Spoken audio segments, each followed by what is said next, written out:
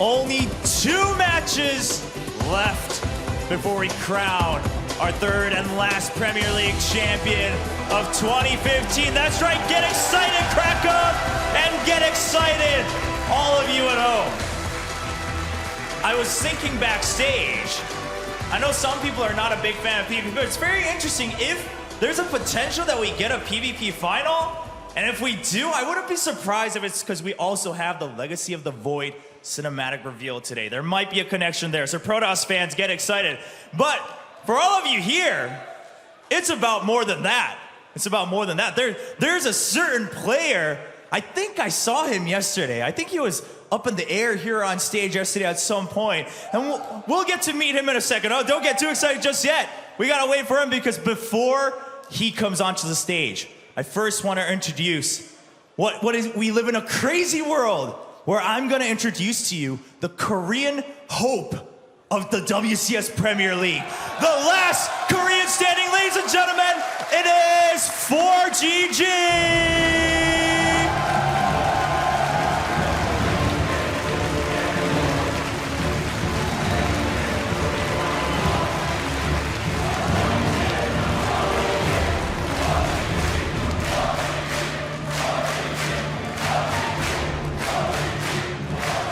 And his opponent, if he's the Korean hope, this man is the knight in shining armor of Poland. That's right, Krakow, get ready for MaNa!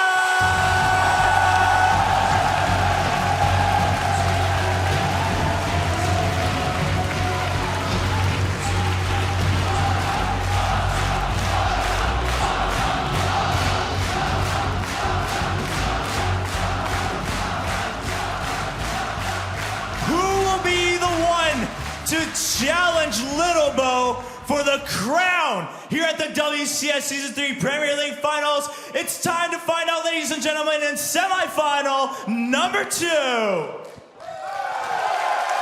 It's time, second semi-final, moments away. I can't help but feel Artosis joining us on the desk with Pig and in control.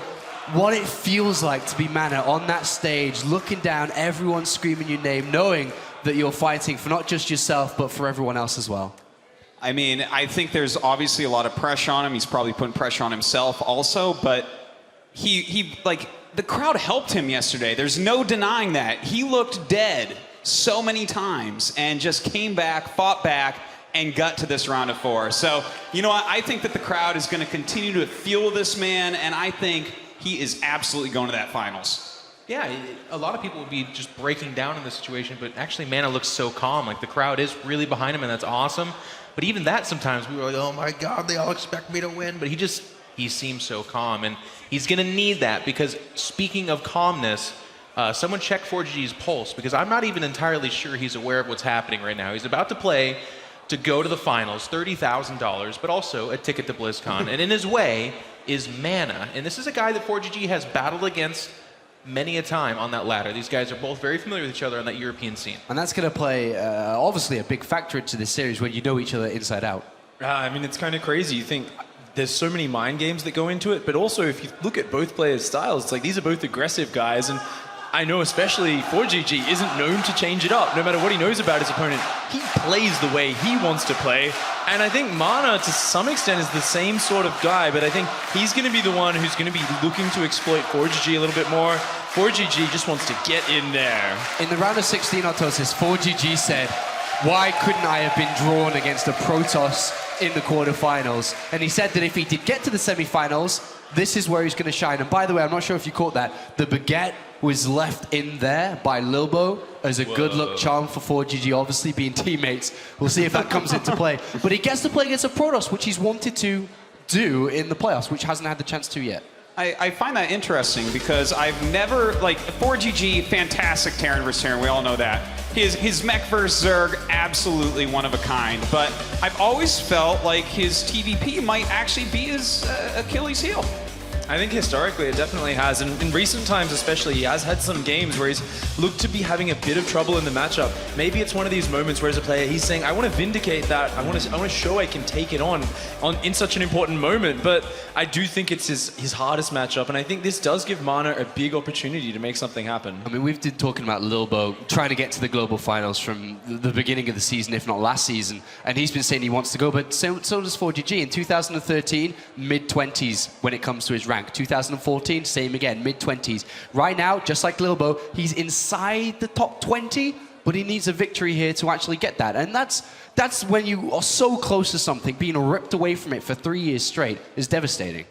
Yeah, and he's always, like, let's not forget, he's actually won championships back in Brood War and in StarCraft II as well. This is a guy that, when he gets towards the end of a tournament, does not become a worse player. He becomes better because he's been there before, and he wants it really bad. There's just more incentive now with BlizzCon looming as well. Yeah, and let's switch focus now to MaNa, because this is MaNa's, funny enough, first top 4 since 2012. I know a lot of people have been talking about Poland, but his first top 4 since 2012. He comes to this with so much momentum behind him, Artosis. You spoke to about it already, but that fuel gave him the victory yesterday. Absolutely. Like, in game 3, I was just certain, like, oh my god, this looks like it's going to be a 3-0. This is really rough. You know, I felt like MaNa could do it. He's such a smart and talented player. But, you know, the crowd never gave up on him, and he never gave up on the crowd. And he was able to power through. He did power through, Artosis. I know that was a good line. I was just trying to wrap that around. I mean, does he have what it takes now to win on that stage again? You know, not to be the buzz killer, but technically, if we weren't on this stage, if we weren't in this venue, I'd say ForGG is a big favorite. He's been in great form recently. Most recently, after Season 2 was a bit disappointing. And he's just such a strong mechanical player all around. He's so damn good. But after seeing the way MaNa has defied our expectations over and over again throughout the course of this season, it's something where you're almost afraid to bet against him in any situation now. Even in this matchup, I remember we were talking about him versus Marine Lord. We're like, okay, MaNa, you know, good job. You've survived to this point. Surely you're done. But it's another one of those situations where he dodges even more bullets. And what's not to love about that completely soulless stare?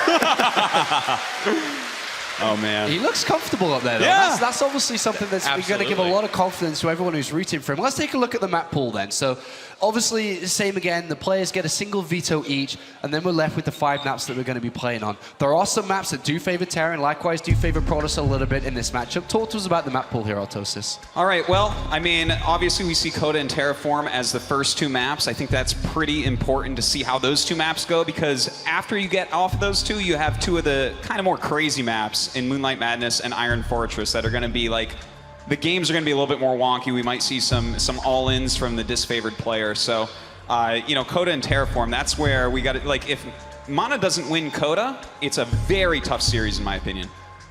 Yeah, and you'd agree with we this? see Moonlight Madness, by the way, for I think the 2nd time, and it's a really fun map. But I'm looking at this, I'm worried about the drops, of course. That's always going to be your concern, especially against ForGG. He's so aggressive. But MaNa, he plays the passive PvT really well as well. That's something we saw with him against Marine Lord. Actually, like, painfully passive sometimes. It's like, no, MaNa, just go! And he's like, no, not yet. It's not time. He's like a Jedi about it. He's just like, not yet, my son. So we'll have to see it. I mean, he's so calm out there.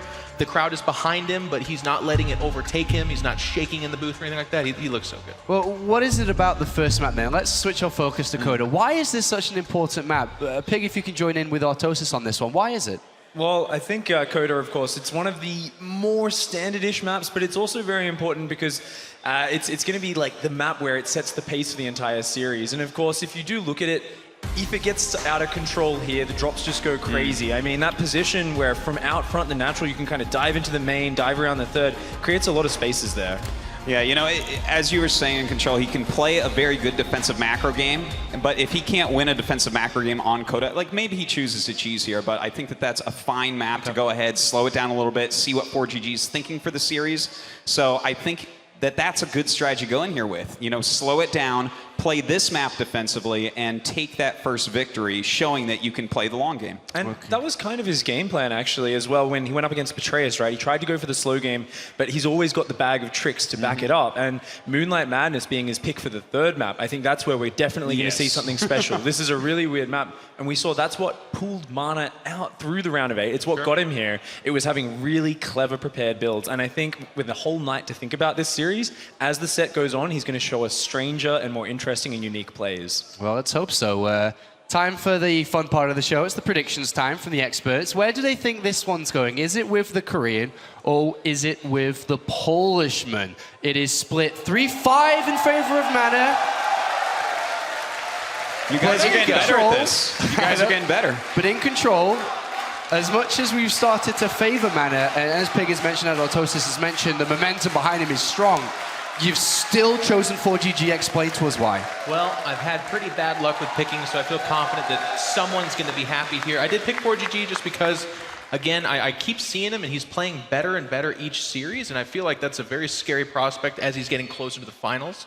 But he also has more to play for well, that's arguable, but I feel like he has more to play for. You'd say, though, that maybe 5-3 kind of, resembles the kind of ratio as well. If you look at it, 5-3 type of game for 4GG, there's definitely you're looking at 4GG as a favorite overall in the series. Look, I mean, a lot of people do think that 4GG is going to be the favorite. Obviously, he's a big-time champion. This is someone that is always hitting near the top of tournaments. But, I was a little bit disappointed yesterday when it was like 8-0 in favor of Betrayus against MaNa, and I think a lot of people are underestimating him. So, I think that this should go towards him. I think that he has what it takes, and 4GG, I don't know if his Terran vs. Protoss is going to hold up here. Okay, last final words real quick now, Pig, before we get into this. I mean, this is going to be a very intense series, but it is that battle that we talked about. 4GG comes in as the favorite player. The momentum here, though, is on MaNa's side, and it's all about disrupting 4GG, outthinking him, getting under his skin and making him uncomfortable up there. So MaNa's just got to feed off this energy. He's got to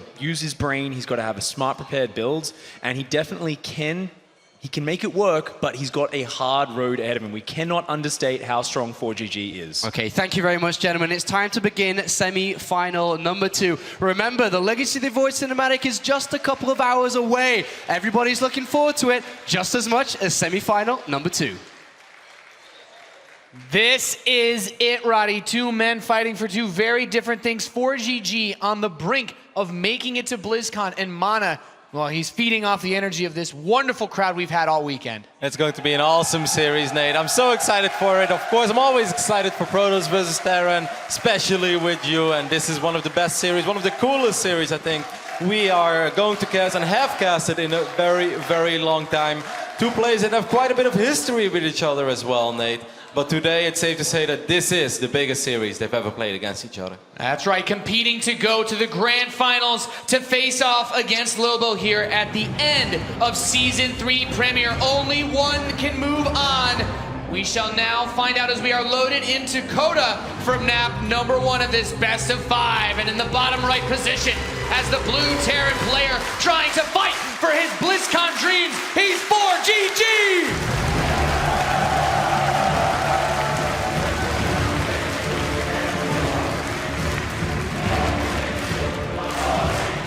And his opponent, spawning in the northwest position, the red Protoss from Team Liquid from Poland, he's MaNa!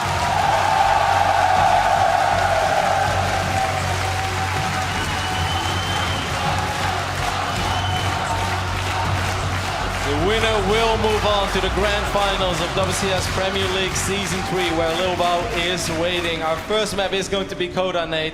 The boys at the desk already said it. Coda is the most standard map out there right now. This is the most played map among all competitions, among all pro gamers. So I'd even go as far to say winning this one gives you a small edge going into the entire series, saying like, hey, I won on the most standard map. If nothing too crazy happens, I think I'm actually the better player over here. Yeah, and for both of these guys, this is that map you get the most practice on. This is where your most straight-up builds are likely to work. But we have to keep in mind, 4GG is one of those guys who's very, very familiar with all the different things that you're going to see on ladder. He's a ladder machine, but he's also the easiest player to study. And if you're a Terran player, you don't always want a Protoss to be able to look at your weak points and find these special build orders that are very strong in the early game to take you out fast. Of course, both of them have already revealed quite a bit of how they like to approach this matchup. ForGG had a very big series against Lil Bao in the round of 16, where he was able to come out victorious. Actually, where he lost 1-2 in the end, but it was very close. And he used a pretty unique build on Coda, where he opened up with the Marines and the Hellions. MaNa, on the other end, he played a big series against Marine Lord, which he was able to win. But of course, he too revealed quite a bit. So both players, without a shadow of a doubt, Nate, they've been watching those games last night. And all the preparation, everything building up to this moment. So much at stake for either of these men as they step into this arena. And MaNa, you know, it's crazy. This crowd's already just cheering. We're so excited for this series. Hey man, probes are pretty fierce. He's actually hiding a probe as well. Could just be a scouting probe that he's going to send back to the natural in 20 seconds. For now, ForGG is going to be as annoying as possible, wants to delay this Nexus from going down. The Reaper is almost there, so this probe has to get back home as soon as possible, and that's exactly what is going to happen. MaNa still has that probe out on the map, Nate. He didn't send it back yet. That's right. He could move it back in to try to see what the follow-up will be. Will it be a factory? Will it be a second barracks, a third barracks? Now the probe's heading in. He's going to find out as this Reaper steps back. Yeah. For ForGG, he hasn't seen anything too crazy. This is pretty normal, but he'll be pretty upset that his plan, his factory, is revealed to MaNa right now. Yep, this may not seem like a whole lot, but this gives you such a nice state of mind. The probe could actually go for glory over here and go for the SCV. He could also be annoying and try to work on the SCV that was building the command center. But I like how you said it, Nate. Seeing the factory, that's so nice for a Protoss. You know it's not going to be a crazy 2-Rex or 3-Rex. He's going to go in one more time. I don't think this was necessarily necessary, but you know, he's going to see the factory, he's going to see the amount of gas that has been mined, and the Reaper, all the way back home, was able to pick up that probe. But I like it as MaNa. Twilight going down as a response to this. Yeah, so MaNa now has the option to go for a defensive blink play. He could try to get aggressive as well, but it will give him the mobility he needs to deal with a fast starport play, which is what ForGG is opting for. MaNa's aware of this. He saw the factory. Widow Mine drops are a staple of Terran vs. Protoss. Can ForGG spot the Twilight? He's immediately pushed back. No information for him. Nope, he may expect it. Of course it's going to be tricky. Opening up with a Twilight against his opening is great, but there is always a small window where maybe you don't have detection yet in place. And against someone like ForGG, Nate, as someone who has faced him a couple of times on ladder, his mines, I don't know what's up with those mines, but they always get the juicy shots up. They always get the money shots that you're hoping for as a Terran player. So delaying that robotics facility or even skipping a forge for now is risky. MaNa will most likely get gate 2 and 3 even before the robo. It's really important that he keeps striking. Okay, the robo is going to go down. I think that's smart, Nate. Yeah, it's very important, of course, once those mines plant themselves without detection, there's really nothing you can do as a Protoss. You're going to have to feed units or just lose workers then. Careful These with the Marines Stalker. move across the map, MaNa sees it, pulls his Stalker back. He really needs to be careful. That Stalker, if he loses this, is going to make dealing with the mine so much more difficult. First Widow Mine comes up, Photon Overcharge is activated. MaNa buys himself a little bit of time. There's a Reaper in the back of the natural mineral line, but there was a Stalker taking care of it. MaNa not losing anything there, taking out the Reaper as well.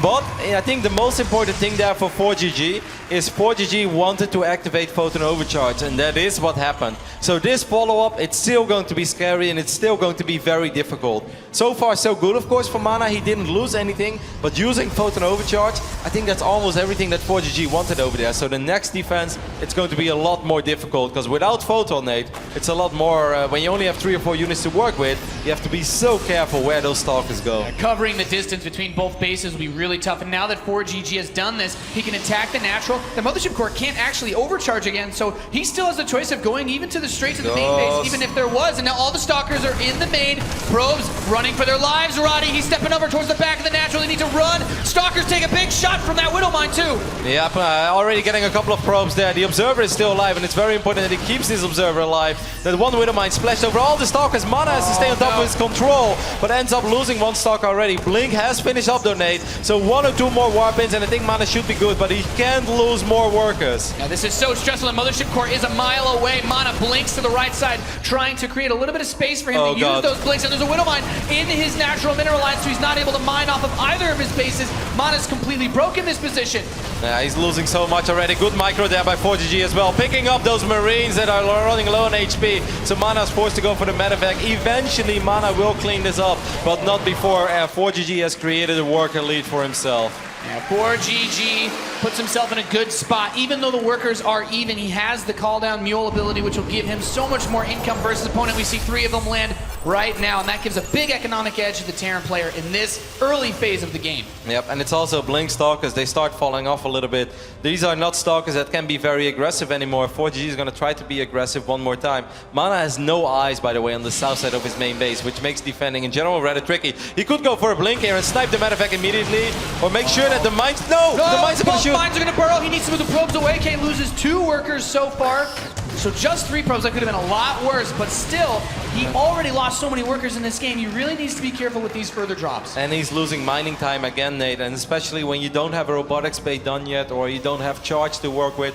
Blink Stalkers are great in sniping Medivacs or putting on soft pressure, or if you want to go super all in, you know, try to end the game. But the longer this game goes on, ForGG went for Rex number 4 and 5 before command center number 3, which means that he's going to have a ridiculous amount of bio units to work with. The observer lives for now. That's very nice. Yeah. But still, though, he's going up to 3 bases right here, right now against the Terran. That's on 5 Rex. That's almost suicide. I mean, in this position, he has to take some sort of risk, I imagine. The first Colossus is on the way, and as the Terran player, it's still a little bit tricky for ForGG to move out. His stim was very much so delayed by that fast mine drop, and I guess MaNa needs to try to take a risk somewhere. I'm just very worried because he only has 2 sentries. He's getting his first Colossus. It's halfway done, but no thermal lens yet. And if you just look at the main base and then all the way to the third base, there's a lot of distance to travel. And ForGG, he's a master in picking up units and finding that opening somewhere. And the moment you drop a couple of Colossus in a position where there are no Zealots or no cannon, you know, just Stalkers and just a Colossus is often not going to cut it. This is going to be very tricky. It's very ambitious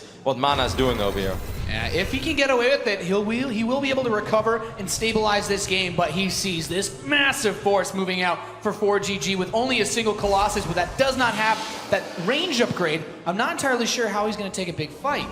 I mean, I guess if he's on top of a ramp, if he fights with his entire army and photon overcharge, MaNa's fine. Maybe sniping up a Medivac, that would be great, but ForGG is not going to let it happen. Very few force fields available, but those force fields were good though. Yeah, nice job. MaNa clips off a little bit of this army. The third base is spotted, but ForGG lost a good bit of supply. It's going to be a little bit trickier for him to break this position, especially considering that a Thermal Lance and the second Colossus are very close to completing. The observer from MaNa is so close, but he hasn't seen this yet. Now, Medivac number 4 and 5 are on the way as well.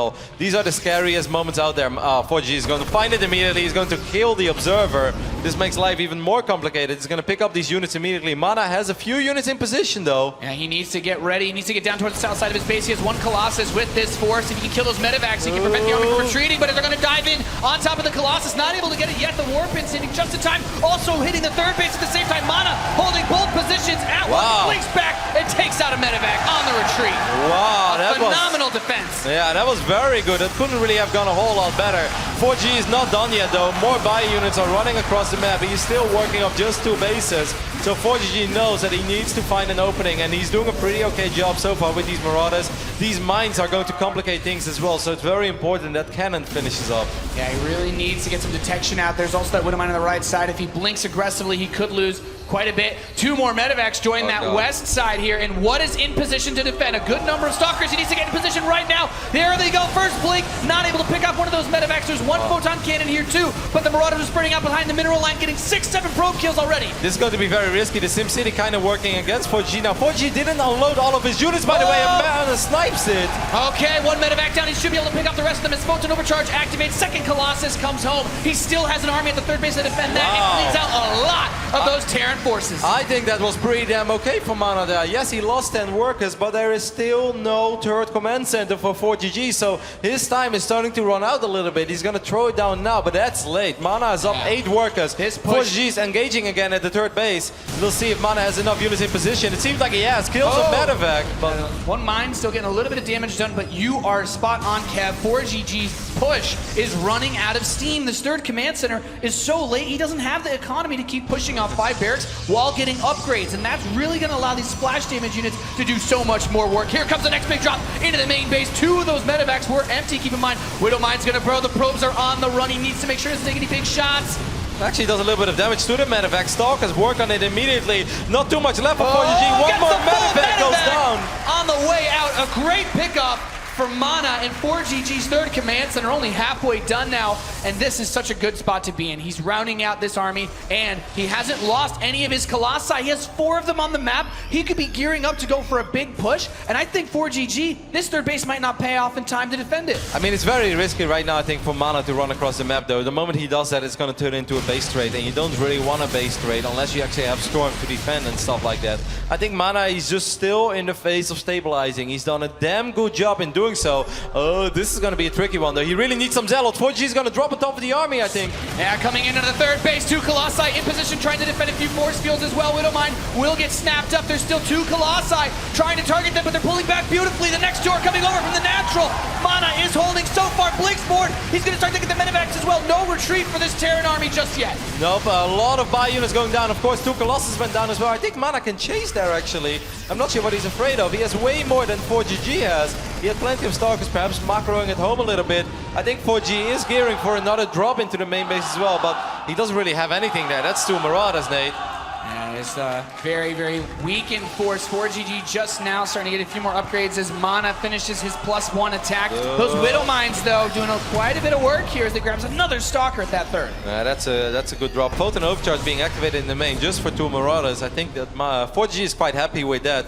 But MaNa has done a phenomenal job. After the way that early game went, Nate, it was so difficult to stabilize on 3 locations, and he's almost done it. But ForGG, he's not done yet. MaNa has a few too many units right now in his main base. This is almost everything that ForGG has. He's worried about a drop that doesn't exist. Yeah, and that mine still on the edge of the third base also makes it tricky to move in. Do not want to take splash damage on those Zealots. Assimilator gets knocked out. ForGG steps forward, looking for the Colossus. He shoots, he misses, and that mine takes another Zealot, so he defends once again.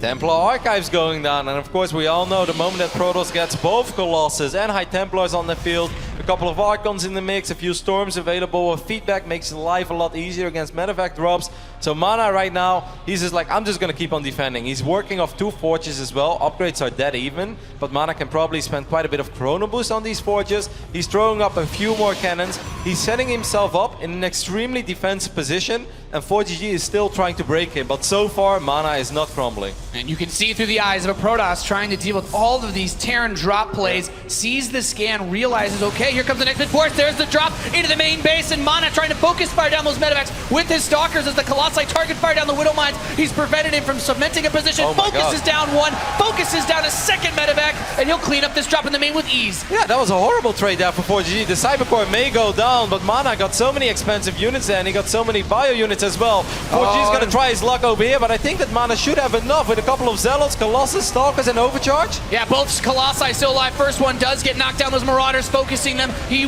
barely keeps it alive as he moves forward and destroys the army of ForGG once again. And takes for the first time in this game a commanding supply lead. MaNa is up 36 supply. He's up 17 army supplies. Storm is about to finish up. Two upgrades are about to finish up. He has plenty of High Templars. Man, he has done a phenomenal job in defending. And now finally, with Storm being ready, MaNa is like, all right, let's take a look how the other side of Coda looks, because with the amount of units I've killed, I can't imagine a whole lot is waiting for me over there. Yeah, MaNa's playing it a little bit safe. He'll throw down the 4th Nexus first. That scan would have spotted the army if he continued pushing. But look at these Stalkers, ForGG, Nate. he's putting all his chips towards that third base of MaNa, wants to try to pick that off and maybe force a base trade if MaNa attacks him. This is such a crazy play, because if you take a look at ForGG's vision, he has absolutely no idea where this army is right now. So obviously as a Terran, you're a little bit paranoid too. Like, should I do this? Should I try to engage the base raid? ForGG knows if the armies clash right now... Oh my god! The MaNa Stalkers are all the way! The whole entire army is there in medevacs! He spots it! He won't kill any, but he knows about where ForGG's army is now. Yep, and that's already a minor victory. ForGG does start 3-3. That could have been a lot worse for ForGG. He's basically just buying time. A Dark Shrine is going down as well. It's kind of the icing on the cake. It's very good in defending drops. Obviously awesome in preventing new bases from going up and just harassing a little bit all over the place.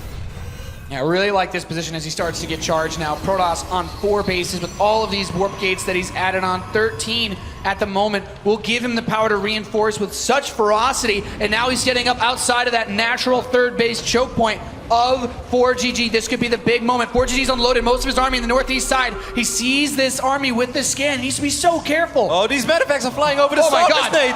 Oh, he moves over. Okay, so the medevac's on the high ground. The army's on the right side. He sees this. He's going to blink back. He needs to be so careful right now. Yeah, he could get sandwiched. Of course, he does have Storm, and you can storm both sides as well, but He's definitely playing with fire a little bit, but what he does, Nate, is he's giving himself so much map presence now, right? He has pylons everywhere, he has a forward base, he starts wiping in units left and right. I would love to see a High Templar or two on every base. Yeah, and here comes the feedback. On the third, yeah, feedback's on the Medivacs, picks up quite a few of them, doesn't have too many other forces here though, as ForGG tries to go on the northwest side too. He's going to go straight to the main base, lost quite a few Medivacs actually trying to get in there, and ForGG's Widowmines detonate, but his army gets cleaned up again! Yeah, but he doesn't really have a whole lot left, Nate. You said it, he lost 3 or 4 Medivacs trying to enter the main base. Feedback's going down as well. This is being shut down, and now MaNa has such a commanding lead in this game. He's taking control, he can run across the map, he has everything going for himself. Yeah, MaNa's just revving up those engines. He's marching across map. 2 more Medivacs for free for MaNa. Grabs them, and now how is ForGG supposed to defend 127 supply to 200? There's nothing here to stop this Protoss force. The Protoss dream, Nate, being maxed out, having Blink Stalkers, having Colossus, having Observers, and High Templars with you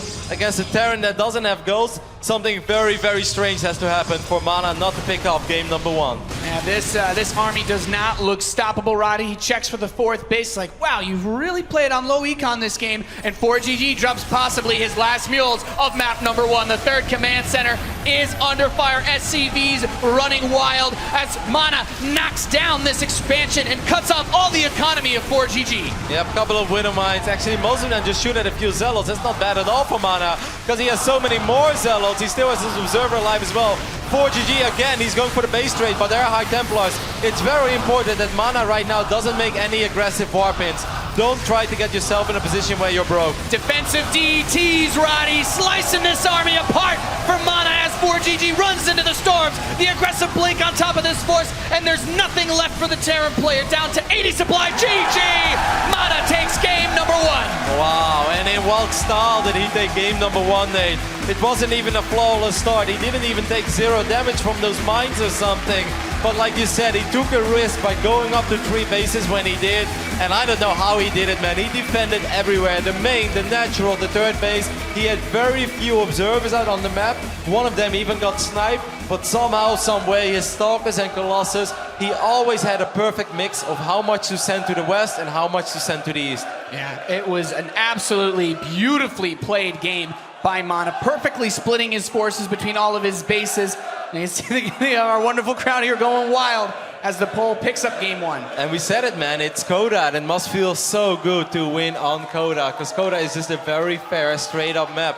Doesn't necessarily favor one race or the other. MaNa just shown, even in a game where my start is not phenomenal, where my start is not flawless, I can still bring it back. That must give him so much confidence. Yeah, especially, you have so much fighting for in front of his crowd, in front of his home country, to play a game that well. If you're ForGG, if you opened up aggressively like that, he got a good amount of damage done with the mines. That's not the worst case scenario as a Terran player. And now you're suddenly thinking, what do I do next? The amount of lost mining time that MaNa had early on Coda, the amount of workers he lost, 10, 11-ish, and a couple Stalkers that he lost as well, that is an opening that ForGG would sign for. If you give him that scenario in the start of the game, he'd say like, yeah, I'd love to play from that position. We're both on 37 workers, you've used Photon Overcharge a couple times, your tech is delayed. Yeah, come on, bring it on. That's great for me as a Terran player, but MaNa, he's kept his head calm. Very impressed, very strong game 1 by MaNa. Yeah, Terraform will be mapped too, and just, ForGG making that play only off 2 bases made it even more impressive. He had so many more drops to work with, but surviving that, and hey, how about that risky fast 3rd that we talked about? MaNa, who's in a really vulnerable position, taking that 3rd base. I know, it's actually a great decision in the end. It's a very hard call to make. A lot of Protoss players would say this is suicide, right? Like, how can I defend everywhere at once? Well, MaNa, with very little observers, he still managed to do it. I'm definitely blown away, must give him a lot of momentum, but it is a best of 5, so there is plenty to play left. Second map is going to be on Terraform. I would say, once again, Nate, a pretty damn fair map. Yeah, this is another one of those solid ones. The 3rd base is a little bit out there. It's going to be tricky to see if ForGG can bring those drop plays back to fruition, as we are ready. We are loaded in to kick off game 2 of our 2nd semifinal. You're watching the World Championship Series Premier League. And in the northwest position of Terraform, we have the blue Terran from Team Millennium. He's ForGG!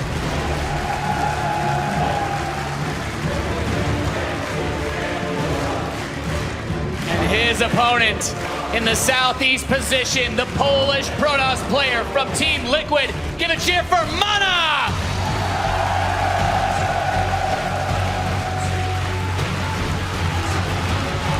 Two players that have been around in the StarCraft II scene for a long, long time. MaNa has had ups and downs in his careers. Perhaps one of the biggest ups he's ever had was in 2011, Nate, where he won ESWC in the final against ForGG. But that's such a long time ago, even though that is also something you will never forget. You know, when you face the same opponent many years later, be like, I remember the last time when we played on the very big stage. Of course, they've had their encounters over the years. MaNa has a positive winning record, by the way, against ForGG. But that was the biggest series up to date, and that must give him something, you know, to hold on to as well. You know, I've defeated you before, where everything was on the line.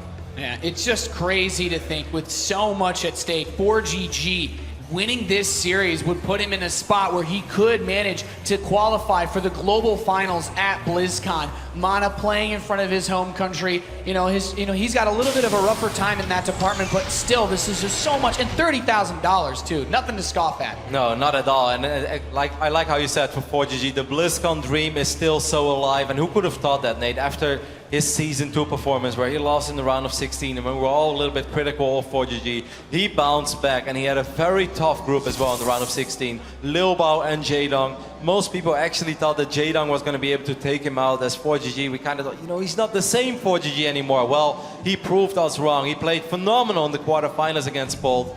And like you said, still so much to fight for as well. MaNa is mining a lot of gas over here, by the way, Nate, in the opening game number 2.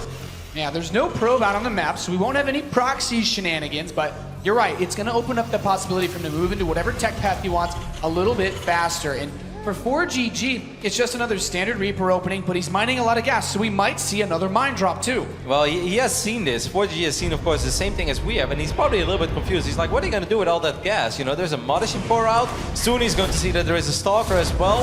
A Stalker and a Mothership Core before the Nexus. That is just pretty uncommon, and there we do see that Stargate going down.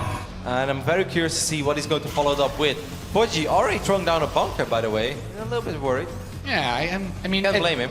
As a Terran player in this position, you see the Stalker opening with the Mothership Core, no Nexus. You're a little bit worried it could be, a Roddy build where you all of a sudden have 2 Stalkers at your base poking you, and Marines alone aren't going to do that. Very good build, Nate. Yeah, strong and scary as the factory starts to finish up for ForGG. And there's the expansion for MaNa. So Oracle, I'd imagine, try to do some harass, maybe follow up with Phoenix? Yeah, could be, but I am expecting an Oracle, because most of the time if you want to go Phoenix, there's no reason for you to get your Stargate before the Nexus, so it kind of has to be an Oracle opening.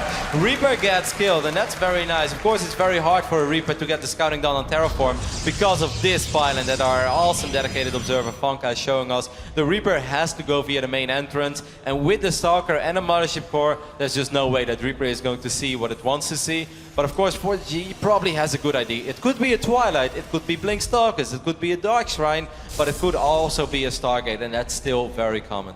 Yeah, so as a Terran player, one of the few things that you can do in this position if you don't want to open with an engineering bay is to try to use these Widow Mines in a defensive spot. So he needs to be very careful. MaNa adding on 3 gates too. Look where that mine is going, Nate. Okay, it's actually going very far forward. He's going to try to perhaps intercept the Oracle. He's going to miss it. This is going to open up a window, right? That's the only mine that's out there. There's only 8 Marines out on the map.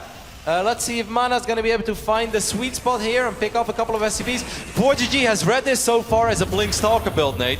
In my opinion, because he got the tech lab as well. Yeah. I really think he thought about Blink Stalkers. That's why he was moving the mine forward to the side blockers, because the Stalkers normally run through the side blockers, and then that mine is going to shoot at it. I think ForGG misread this a tiny bit. He did have his Marines in a good position to defend the Oracle. 6 Marines will win that fight head-to-head. But that Stalker, as you pointed out, Kev, will be walking into very dangerous territory in the next couple seconds. I mean, MaNa did throw down multiple gateways, and he's actually not building any workers, so ForGG is still reading this correctly in a weird way, where it is going to be gateway aggression after all. Oh god, there is that Widow Mine. Like I said, Stalkers always run through those side blockers, and that's very nice for ForGG. That's going to feel so good for him, realizing that he's made a correct call. Second bunker going down. ForGG is so on top of the money, and I have a very, very hard time imagining a world where this push is going to finish off ForGG. Yeah. Unless MaNa just drops the absolute best force fields we've seen, and To be honest, Nate, we've seen some pretty damn good force fields this tournament. That's right. We have 3 sentries complementing this force, trying to move in. No zealots, though. Really puts the emphasis on those force fields. But I still think at the same time, with concussive shells done, it's very risky if he pushes this. Once the second bunker completes, I don't think he can break him. There's one good force field, grabs a Marauder.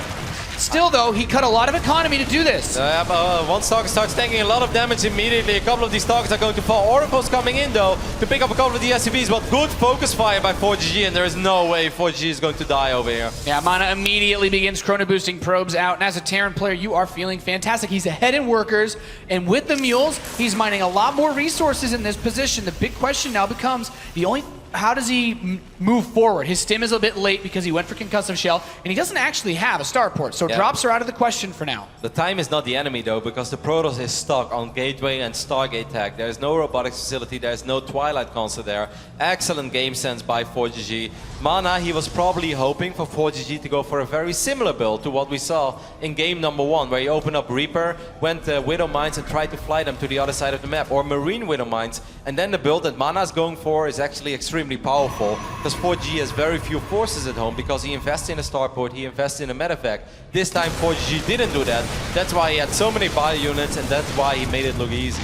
Yeah, as you said, that almost misread of a Blink Stalker build ended up benefiting him at the end of the day. Robotics Bay is coming in for MaNa, so we'll see him move back towards that Colossus tech. But even this, his Probot on the map gets snapped. ForGG already starting so much better than he did before, which does feel kind of weird considering he killed about 10 probes with his mine drop on map 1. Yeah, well, I mean, that was still good though, but this is probably feeling really good. Just like you said, the only thing that's kind of late is the whole medevac, department.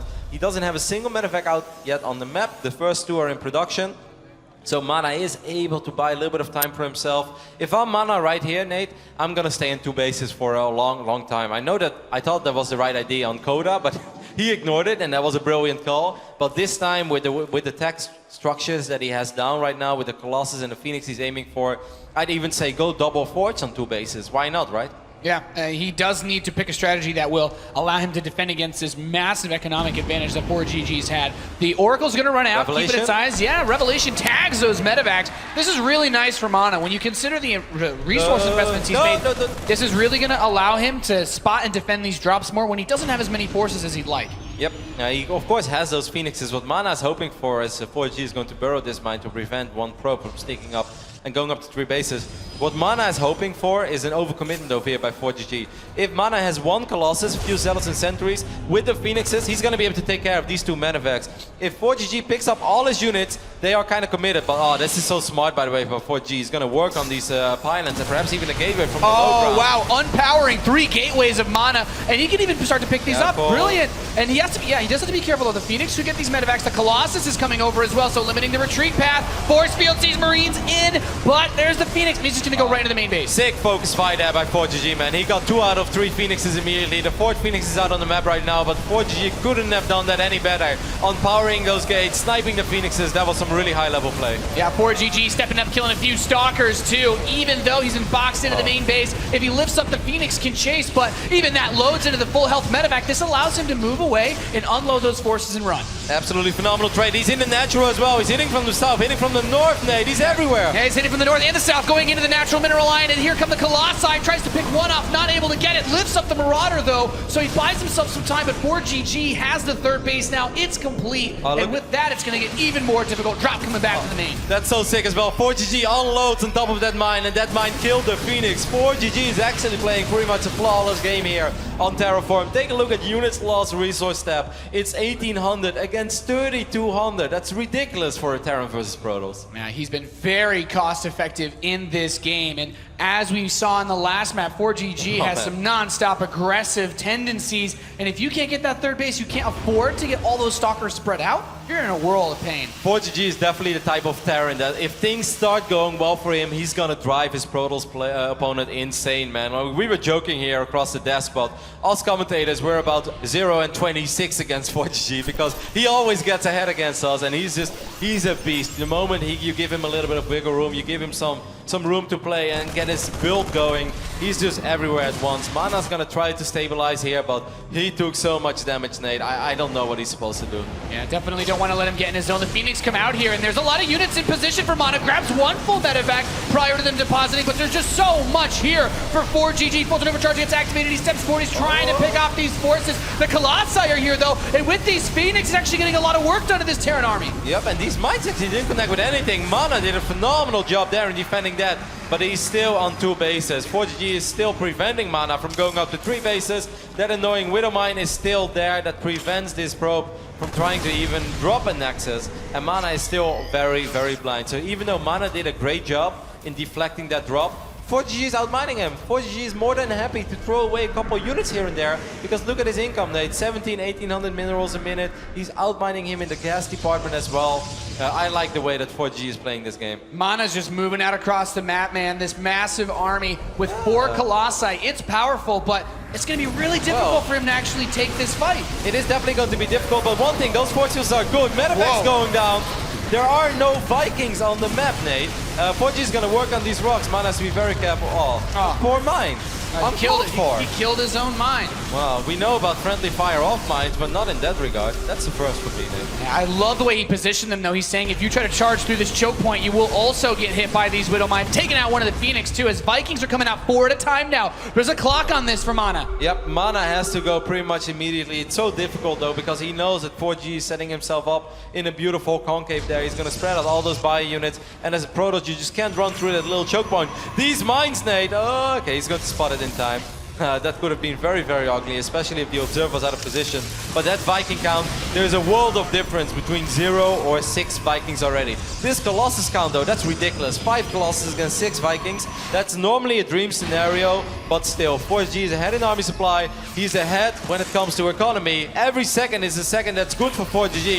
It has to happen right here and right now for MaNa. MaNa moves in. Great force fields on the left side. SCVs are coming off the line to help fight against this as well. First Colossus gets knocked down. There's still 4 remaining. 3 Colossi stand as the Stalkers try to get these Vikings, but there's just so many of them. Only 1 Colossus left for MaNa, and ForGG is plowing through this, but he's lost all of his Marines and Marauders on the ground. Wow, indeed, ForGG did lose a lot, but all the Colossus are down. The Vikings will be landed. A lot of the supply, though, is in Vikings and Medevac. Can MaNa actually make this work with unupgraded gateway units against Stim Bionate? Is this real life? SCVs are coming off the natural mineral line. The bunker's down. Stalkers pick off a Viking more and more. Oh my pouring God. out as the Medevacs try to stop this, try to stifle this push out of MaNa. There are 6 Marauders and 5 Marines out on the map. MaNa has to focus fire these Marauders, because that count has to stay low. He's losing a lot of his gateway units right now.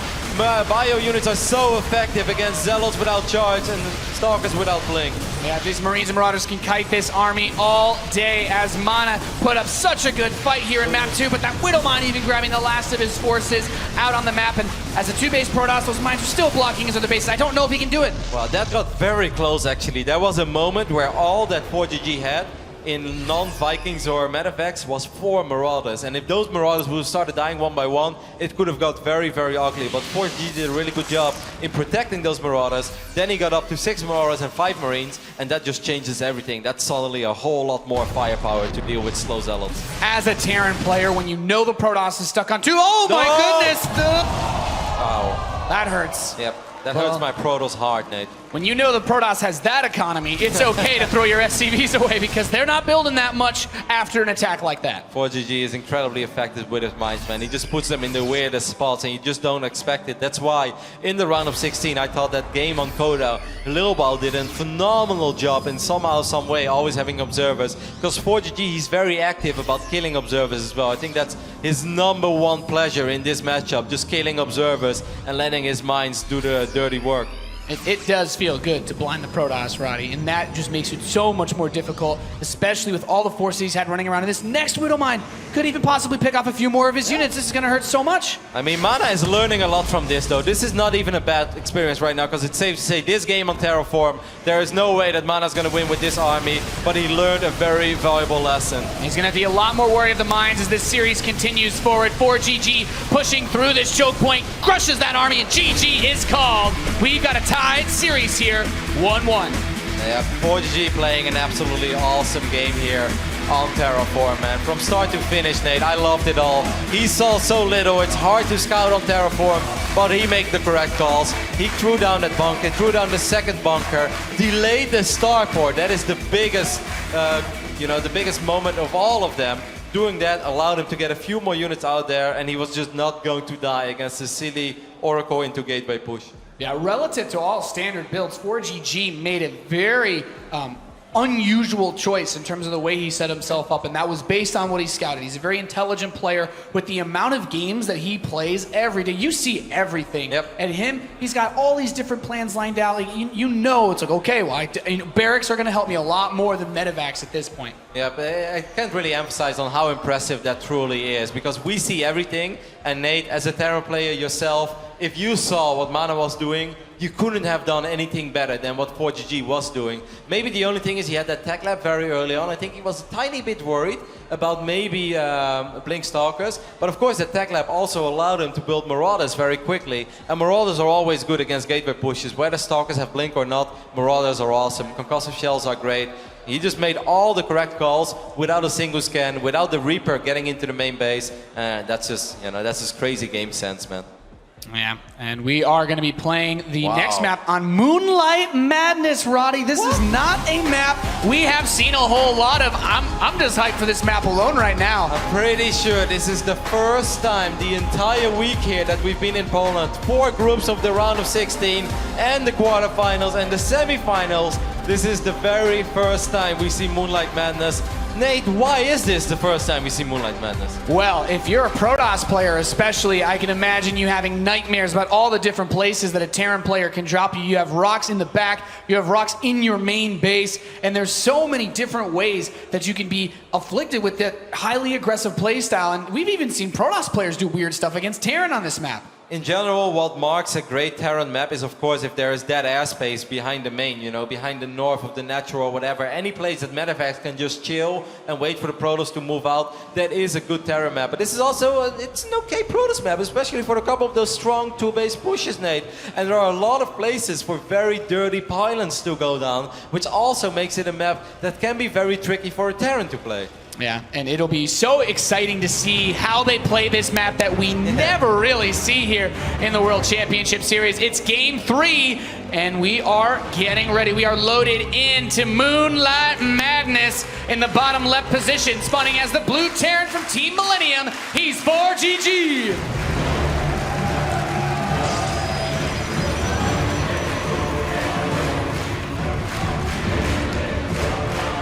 Getting equal cheers as his opponent, our Polish Protoss in the northeast, representing Team Liquid, he's MaNa! What a run both of these players have had so far. Of course it goes for ForGG, but especially for this man who was down 0-2 in Challenger, Nate. Can you believe that? Being down 0-2 in Challenger, somehow turning it around and then making it into the semi-finals of WCS Premier League. That's something I don't think we've ever seen before. I don't think anyone has ever made it to the semi-finals that was actually down 0-2 in Challenger. Yeah, truly an impressive run he's had, even considering that down 0-2 that he had yesterday against Betrayus, bringing it back against one of the players that really looked unstoppable in the long game and made really good build order choices to swing things back in his favor, to retake momentum in that series. Yep, MaNa's gonna send out a probe because this is also a map where there are a bit, let's say there are about 1,000 locations where you could potentially proxy stuff. That goes for Protoss, but that even goes for Terran. There are a couple of very weird Terran builds out there. Sometimes, especially because Protoss in this day and age likes to go Gateway, Nexus, Twilight. If there's then a proxy factory with a very quick Widow Mine that runs into your mineral line, this could become very, very tricky as a Protoss to play as well. So I think it's rather smart that MaNa scouts here. He sees the gas, he knows there's a Reaper on the way. It is a very quick scout though, Nate. Yeah. It's almost... Perhaps he was worried also about, as you mentioned, Yeah. this being a pretty good proxy map. And since it's not played as much as other maps, usually that causes some players to lean better towards the cheese just because you don't have all the experience of playing this fully fleshed out macro games. MaNa is mining a lot of gas so far, very similar to what we saw on Terraform. Of course, on Terraform we saw that Stargate opening. For now, this probe is just cruising around. You don't want to lose this probe against the Reaper. ForGG is very good in sniffing out probes that are on the map. Once he's seen one, somehow, some way he finds it. It's like he has a radar, man. It's like hot, hot, hot, hot. Yeah, I mean, Starts peeping faster. he's looking for the proxies. Oh, man. This isn't even the best map as far as Reapers going straight into the main base goes, but checking around a Ninja probe, trying to run back towards the natural. This is really important if he sees what the follow-up is, because this time it will be a barracks. Oh, that probe has to run into the main immediately, but MaNa is most likely not going to see that day. No scout. This is a really big deal. If he was going for the factory play again, MaNa needs a completely different follow-up. Oh, man. Stargate openings can be a little bit tricky against 3 racks. Yep, very, very tricky. 3x is a build that has fallen out of fashion a little bit because the maps have been getting bigger and bigger as well. And if a Protoss player is aware that this is going on, it's very easy. You get a couple sentries, you get a Zealots in the mix, maybe the safety Immortal, and then you can actually follow it up with any sort of Colossus push, and you're in good shape. MaNa right now doesn't know about this, and if you just take a look at the rush distance from natural to natural for ForGG to MaNa, that's not insane, Nate. That's not as crazy as a Cactus Valley or whatever. And for a strong three racks opening over here, this could become very tricky for MaNa. Yeah, especially if ForGG opts for one of the more aggressive choices that some players like Bunny have been doing. That concussive shell play is so scary if you get caught out, because this Oracle didn't even get scouted. ForGG, a phenomenal start to this game just for him already. Yep, MaNa does pick up the Reaper, so that is something to work with. But if I'm ForGG, Nate, I'm not even waiting for a combat shield over here. Exactly, I'm just getting concussive shells immediately and start going across the map. Of course, ForGG does need a missile turret. If you want to be aggressive with 3 racks, you need some defenses at home. Especially if the Protoss would go crazy and maybe go double Oracle, it could become very annoying. It's very important for MaNa that he figures this one out as quick as possible. Oh man, look at his opening, Nate. It's Gate, Stargate, Robo. MaNa is going to have very, very few units, which is going to force him to drop Photon Overcharge extremely early. He has to. It's going to be a Phoenix follow-up as well. I'm actually not even 100% sure what's the right thing right now for MaNa. He canceled the Phoenix, so he's not even sure himself. And as that Oracle swings by towards the natural, the missile turret's going to complete. And this Nexus in a very vulnerable spot. He's going to get a couple of SCVs maybe here, and that's cute, that's great. But MaNa, you need to see those 3 Rexes. You need to see what's going on over here. Yeah, once you spot this, I think that's when you suddenly get a little bit of fear in your heart. You know the Terran player has more than enough Marine production to deal with your Oracle, and then some. Photon Overcharge is cast. He can't push the ramp. There's a sentry. At least one force field will buy him some time. I'm just worried about the next push. Robo-base going down immediately. So MaNa is basically saying, I can buy enough time with force fields after this one, as long as I get 1 Colossus. Again, with this opening by ForGG, the factory is very late. Medevacs is going to be so much later. And if you want to counterattack against a Protoss that pushes you on 2 base with Colossus, you need Medevacs, you need mobility. So as long as MaNa doesn't take crazy damage here, this quick Colossus attempt that he's going for could become very, very powerful. But he needs to make sure he has enough force fields to work with, Nate. Yeah, it's going to be very tricky as the Photon Overcharge runs out. There's so many Marines in this army. The force field can buy him time. That's the best thing. He can hold the main base, but the probes in the natural are still a bit vulnerable. I actually think he could have just force fielded this natural himself, Nate. With 2 force fields, you make it very hard for Marines to squeeze by already. He almost has enough energy for Photon Overcharge, but not yet. Can't lose the Mothership Core. Oh my god. Was on a 98 energy. He can drop Photon Overcharge now. Drop force fields.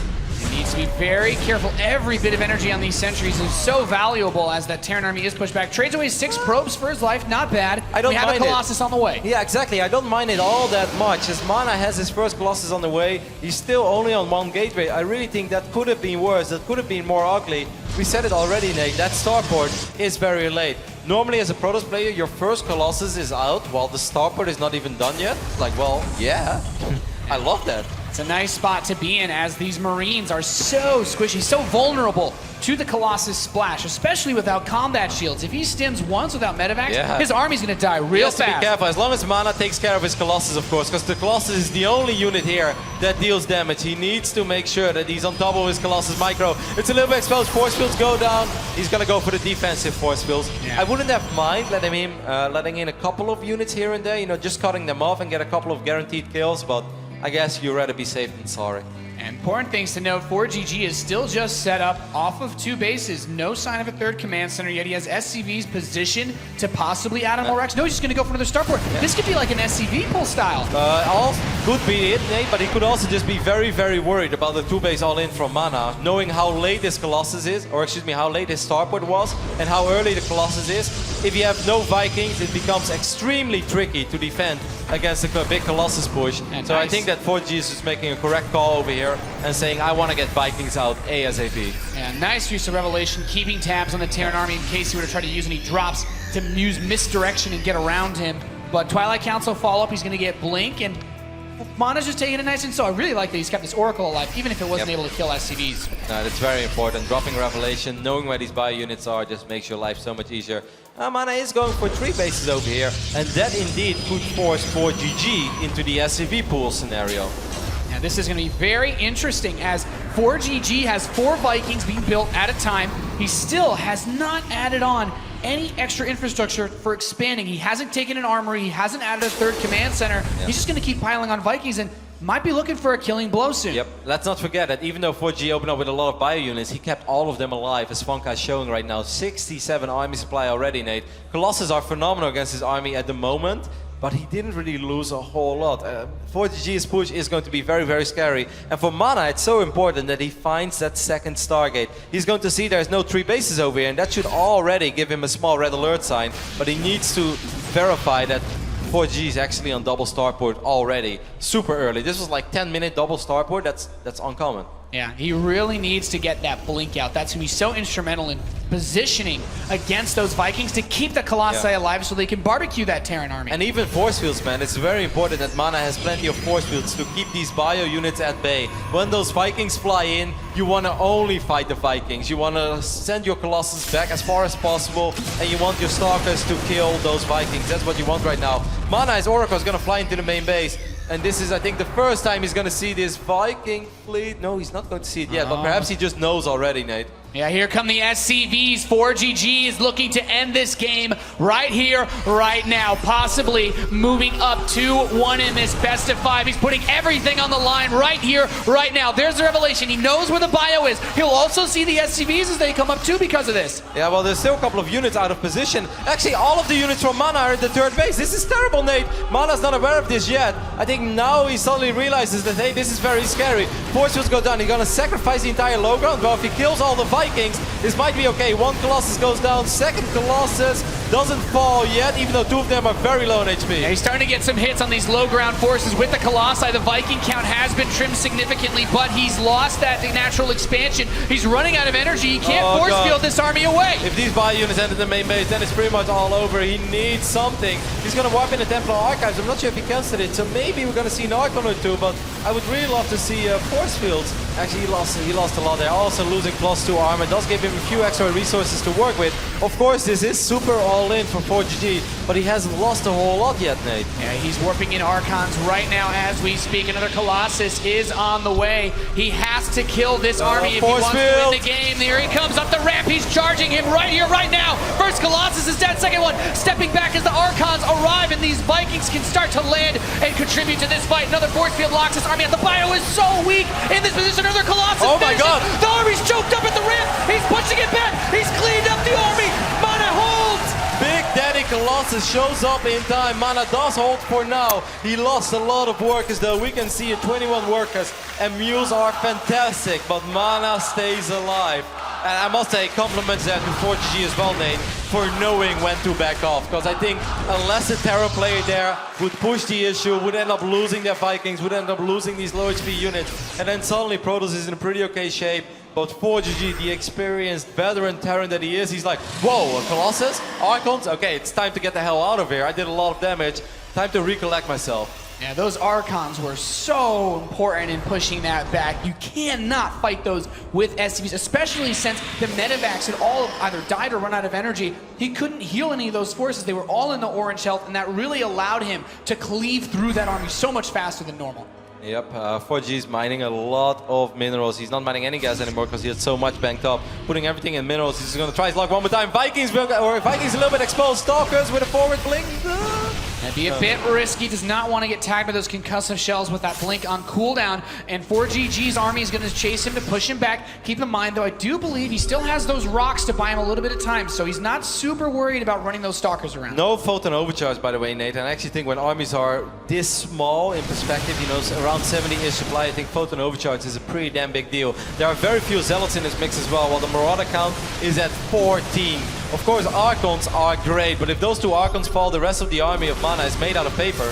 Yeah, this is gonna be really tricky. There's the big stam. He picks off one Viking, getting ready to move in, attack his own army for a second there. And here he comes. He really needs to hold this base. This is everything right now for MaNa, trying to keep this game alive, trying to keep his dreams alive. 6 Vikings against 2 Colossus. 1 more Colossus on the way though. 4 more Vikings on the way as well. Medevacs have a lot of energy. All these Bayous are full HP. Every volley counts so much. The Vikings, are they going to follow here? The Nexus is taking quite a bit of damage. Yeah, he moved and he tried to focus the Nexus for a little bit, but the Stalkers are getting on top of the Vikings. The Colossus is still alive. There's the force field. He's pulled him in. He's trying to run forward and stuck the Colossus, but he's not going to get it. Colossus is still alive. Archon in the back. The army is being pushed back. So that's another medevac. The rally continues to move, but another Colossus has arrived to the battlefield. 2 more Vikings show up trying to get that last hit. He gets it. Just 1 Colossus standing to hold the fort, and he's going to clean this army up. It looks like he can do it. Just needs to stay a little bit further back. He plays forward. He gets most of the army, and ForGG retreats again. Yeah, but this was so good though. This time I think it was so important for MaNa to stay alive there,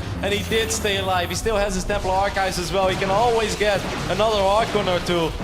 This was great, and let's not forget that ForGG has been dropping a lot of mines. So yes, both of them are, mules. Both of them have been low in economy, but ForGG is gonna mine out way faster than MaNa. Yeah, having that fresher base to be working from has really helped MaNa, and now he's gonna retake that base. And if he can secure this, he's got this. ForGG, we talked about it, his setup, his infrastructure was never really designed or geared for the long game. Just 2 starports and 3 barracks. No armory, no 2-2 upgrades for anything, no upgrades on the Vikings either. It was supposed to end 2 pushes ago, Nate, if not that previous push.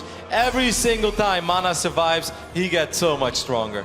Now, this is a really great spot to be in. This army has reached its full-fledged form, and this will be so difficult for him to deal with. Yep, there's no need for MaNa to go out there right now. He can of course run around with Stalkers as long as you don't do anything crazy with them. Charge is on the way, and that's such a big upgrade as well. I think it's safe to say, Nate, if Charge finishes up and MaNa gets 6, 8, 10 Zealots with a couple of Colossus and the Archons, this Bio army with only 1 upgrades, it's going to get shredded. Yeah, the only thing that really hurt, of course, not being able to get that +2, but even then, it still paid for the Archon in the earlier phase, so in a weird roundabout way, not having those upgrades have really helped him. But here it comes one more time. ForGG's firing up the engines, trying to bring this game back with one more push. The Stalkers see this army moving out, trying to grab a quick Viking, but forced to blink back already, going to trade away as much as possible. Yep, 1 unit there for nothing. That's good enough for MaNa for now. He knows that all the boys will be pulled this time. I think every Archon he can get right now is phenomenal. I think Archons are so good against everything that ForGG has. He has 2 Archons, that's awesome, but if one of them is like does something derpy and it dies, it becomes tricky again. I would love to see 1 more Archon at least, and if he can get 2 more Archons, that would be phenomenal. But I think this is going to be it. The probes are going to be pulled perhaps as well, or is MaNa just going to evacuate? He's just going to evacuate. He took the base on the southeast. He says, okay, I'm still building a better army than you. With time, my army gets better. Charge is done now too. And ForGG can never run up that ramp, Nate. ForGG has to go all the way to the other run again. There's no way he can go through these rocks. That's way too risky. MaNa should take these gases. He's supply blocked for a tiny bit. ForGG can't go up that ramp. There are sentries as well, Nate. Yeah, I love it. Just trading away at these forces, picking them off. He's going to knock those rocks down, but that base doesn't matter for MaNa. ForGG has no follow-up. He'll be lifting off his main command center soon if he wants to continue mining in this game. Yep, there is no Mothership Core, but I guess it doesn't really matter. 2 more High Templars being wiped in. That 1 extra Archon.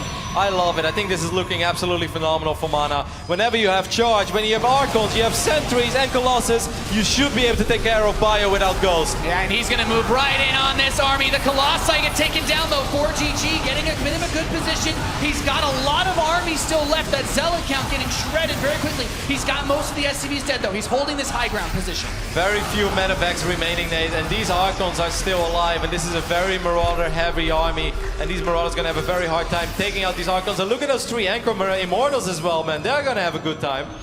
ForGG lands his Vikings. He's going to try to do it right here, right now. There's the force field.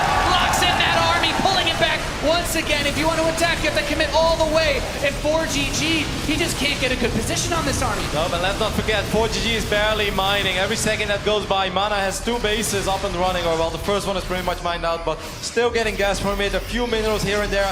This is all good for MaNa. Every second that goes by is very good for MaNa. Yep, especially since he can regenerate shields on those Archons that he's taking a bit of heat from. Man, a few boys didn't want to go to war, but they're forced, man. It's like desperate times call for desperate desperate measures. The last of the SCVs will be pulled as ForGG tries one more time to get in position on this army, but this choke point, this rip, it's suicide. This is Moonlight Madness, man. There are a lot of ramps. It's very hard to get up there. ForGG knows he truly has to commit. He's gonna go for it. Archons are a tiny bit exposed, but they've got so much HP, Nate. One more big stand as ForGG storms up the ramp. The Immortals in the back having a bit of a hard time shooting. There's the last of the force fields, trying to hold this army at bay as the blink backs continue, and ForGG's army is rapidly dwindling in supply. MaNa's holding. MaNa's killing ForGG right here, right now, and he's completely crushed it. Blinks forward. He's gonna clean up and take game number 3.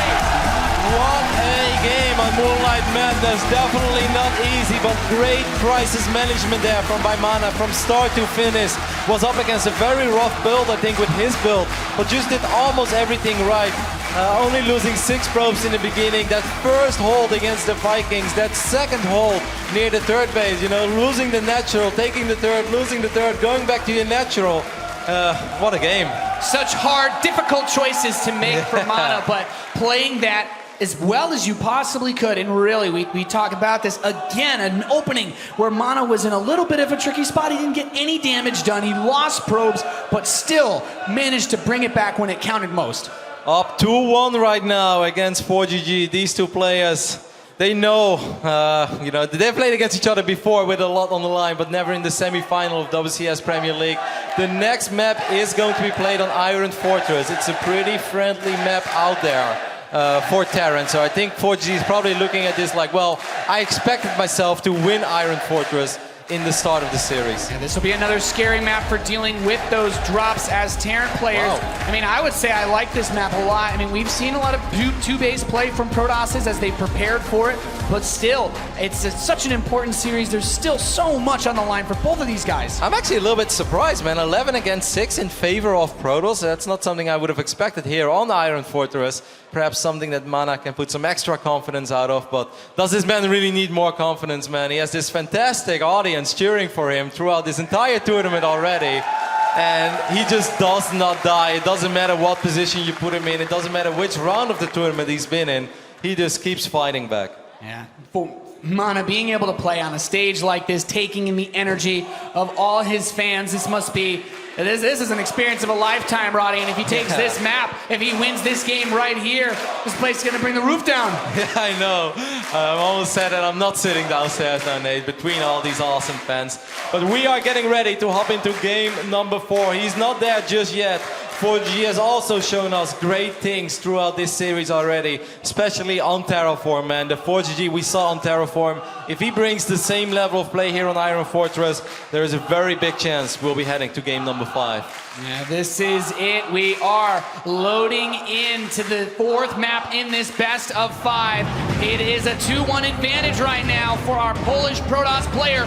Can the Korean Terran bring it back and secure his dreams of making it to the global finals? This is the World Championship Series in the bottom left position, spawning as the blue Terran player representing Team Millennium. Give it up for ForGG!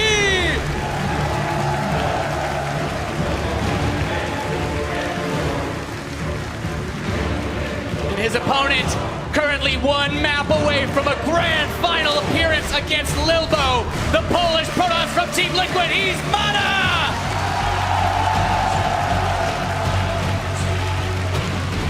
A run that you would probably dream of at the start of the season when you know that the WCS finals will be held in your country and you know you are a great StarCraft player in Europe.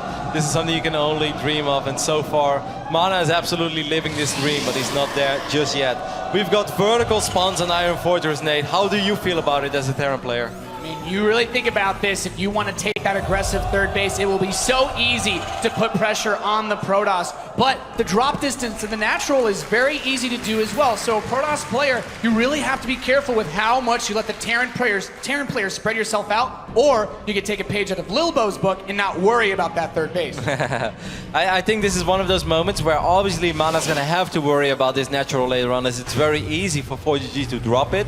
But at the same time, it's also hard for ForGG to drop into the main base. You know, he has to take a very weird, awkward angle to even get there, or he has to bypass the natural, which is always risky. MaNa sends his first probe into the right direction immediately, and he's going to see that, well, at least the Rex is at home, Nate. Yeah, knowing there's no crazy aggression here at the start of this fourth map. With this much on the line, you know, this is where the tensions start to rise a bit. He's one map away from elimination. ForGG needs to pull out his ace strategy and needs to play this map perfectly just to have a chance. Yep, ForGG is also sending his SCV in the right direction. Taking a look at the opening build order of MaNa so far, again, he's mining a lot of gas. 5 out of 6 probes currently on these simulators. I actually wouldn't mind to see an engineering bay block from ForGG. This is something that Happy did multiple times in his challenger match against MaNa, and I kind of feel you put yourself in an okay position if you do that. MaNa doesn't always start the Zealot. I feel he does it sometimes, but not every game.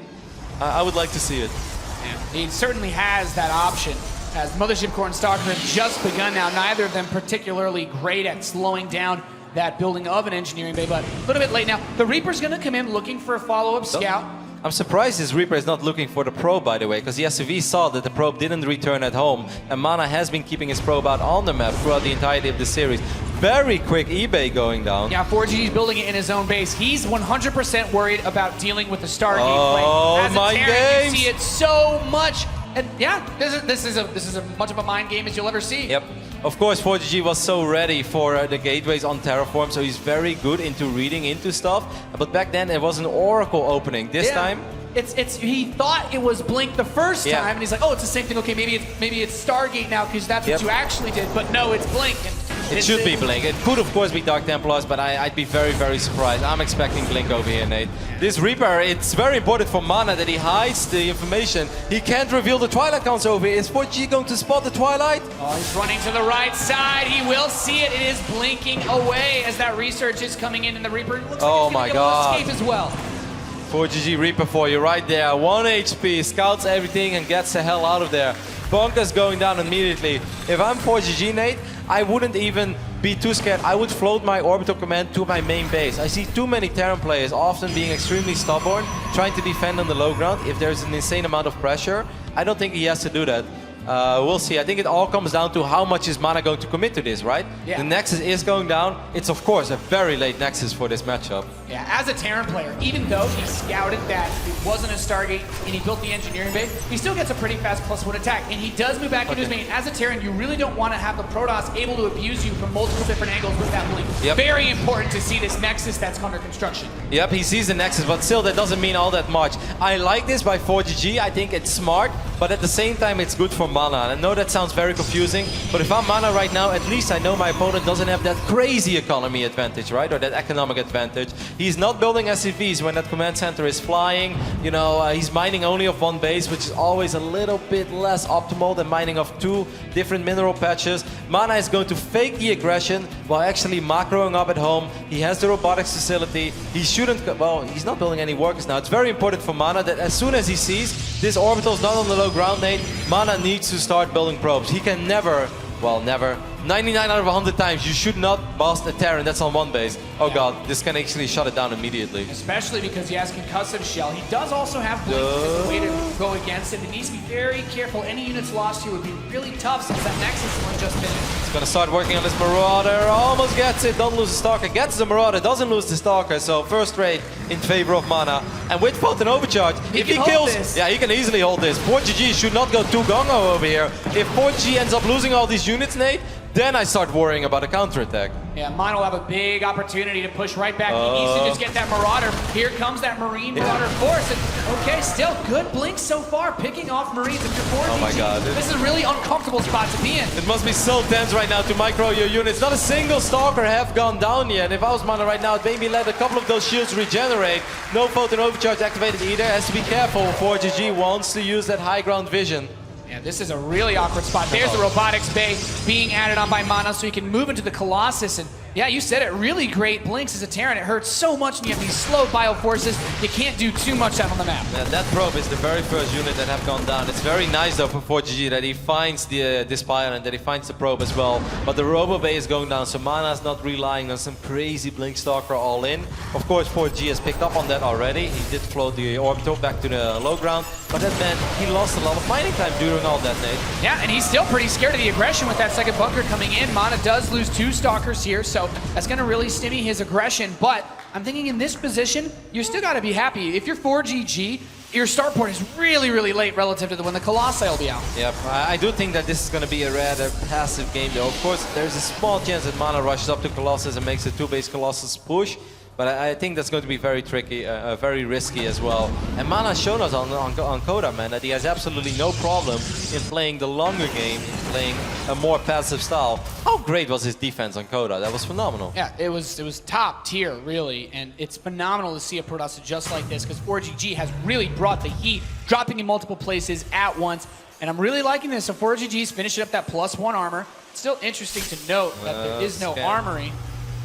And it's going to go down. 4GG finds that observer immediately. Doesn't want to reveal the fact whether or not Rex number 4 and 5 are going to go down, or if it's going to be Command Center number 3. Of course, always a big decision for the Terran. Now, this is really important. He does start the armory, and this really says 4GG is thinking about a longer game. We're unlikely to have him go for the same timing of that big push. He can play out a little bit better, trade more effectively against a better upgraded Protoss force. 3 more gateways going down for MaNa. That's going to push him to 6 gates already, Nate, and he doesn't have a forge yet.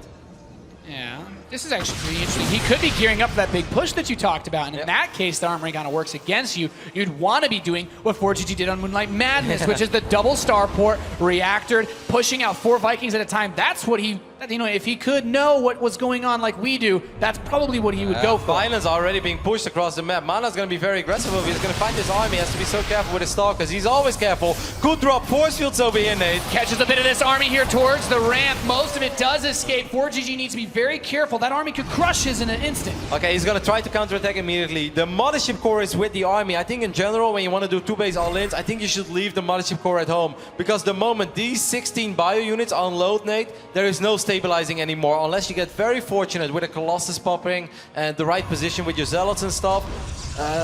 MaNa's gonna pushing himself pretty much all in here, because I don't think he can defend against the drop. But can 4GG defend against this army of MaNa? That's a tough question. Oh 2 my God, medevacs no, that's load too out. much. He doesn't have anything here to defend anymore. 4GG. Look, everything's just kind of out of his base, and now the natural expansion immediately gets forfeited. He's gonna move in here. There's the big drop. Most of the gateways are also exposed here. He can shut down MaNa's production in an instant too. Yep, all the gateways are close to each other, but I'm so surprised that 4G sent out those other extra units as well. 4G is gonna go for the next eye instead. There is a Colossus in the natural, but that one is gonna get picked off immediately.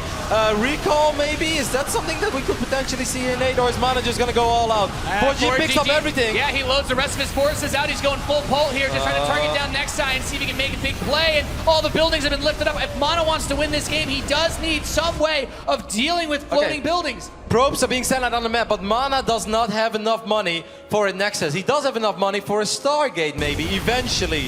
If this turns into a crazy scenario, he gets the orbital. That's the most important thing. The most important thing here for MaNa is that he shuts down the orbitals. One does get away for now, though. And this is also going to be really difficult. 4GG has a lot of resources left. MaNa needs to kill these supply depots so that he can't rebuild his army from these floating buildings and landing them randomly around the map either. Yep, of course, MaNa only on pylons right now has to be very careful with his money. Don't lose the work as well. He has plenty of probes. He just doesn't have money for a Nexus, which is very, very unfortunate. Which means that I think the only thing he can... Oh god, he's gonna lose... Oh, his supply, Nate, he's not gonna... well, I guess technically he can eventually kill the army and then kill his own units and then make a Stargate. Make a Phoenix, this is such a big catch. Yeah, getting this orbital is really important. This will reveal 4GG's buildings. He needs to kill it. If it lands and drops a mule, no, he won't be able to. No more command centers, but 4GG had enough minerals left to start one in the northeast side. He needs a way to get around the map quickly. Can this tournament become any more epic, Nate? This is just ridiculous. Every single game, 4GG will start hunting for pylons right now. MaNa doesn't have a whole lot of pylons. He's losing 2 at the same time right now. Taking a look, he actually only has 3 pylons left. Forward blink is going to get a couple of units here. This is so intense right now. 4GG's army is just so much more mobile than MaNa's. Oh, but MaNa has to be careful. He can't spend more money. This is the money that he needs for Phoenix, right? Oh, the medevacs roll there on the left side. MaNa's blinks forward. He tries to get it. No, okay. Some of the buildings that are floating are still here, but where's his last structures? He's been warping in and simulating. I think MaNa won't have enough money anymore to make a Phoenix, which he eventually needs. to tie this game, because I believe there is a small sweet spot for building. Oh, we'll just grab 2 medevacs there on the right side, and the Assimilator does get picked off, but the Colossi and Sentry's not really able to deal with that as they pick off the rest of the SCVs. But that command center in the northeast, it's almost done, Kev. Yeah, the command center is almost done, but of course 4G has been bleeding out so much money, that, or excuse me, Army. Army supply right now 56 against 20. There's no, or 29. There's no way that 4G can actually ever take a straight up engagement. MaNa has, I believe, a couple of sentries left. Sentries are so phenomenal here, by the way, because he can hallucinate phoenixes, and he's going to find that tech lab indeed on the left top side of the map, and might find this command center. It's really important that 4G doesn't get enough supply to start getting a Banshee and Cloak, because he has the resources for it. And once he has that, there's no detection here. 2 Colossi walking by, sees these medevacs, he sees the Terran Army. Stalkers are going to blink out. He wants to grab these forces. The Marauders target a few of these. If he can get the medevacs, he can cut off the mobility of this force. Yep.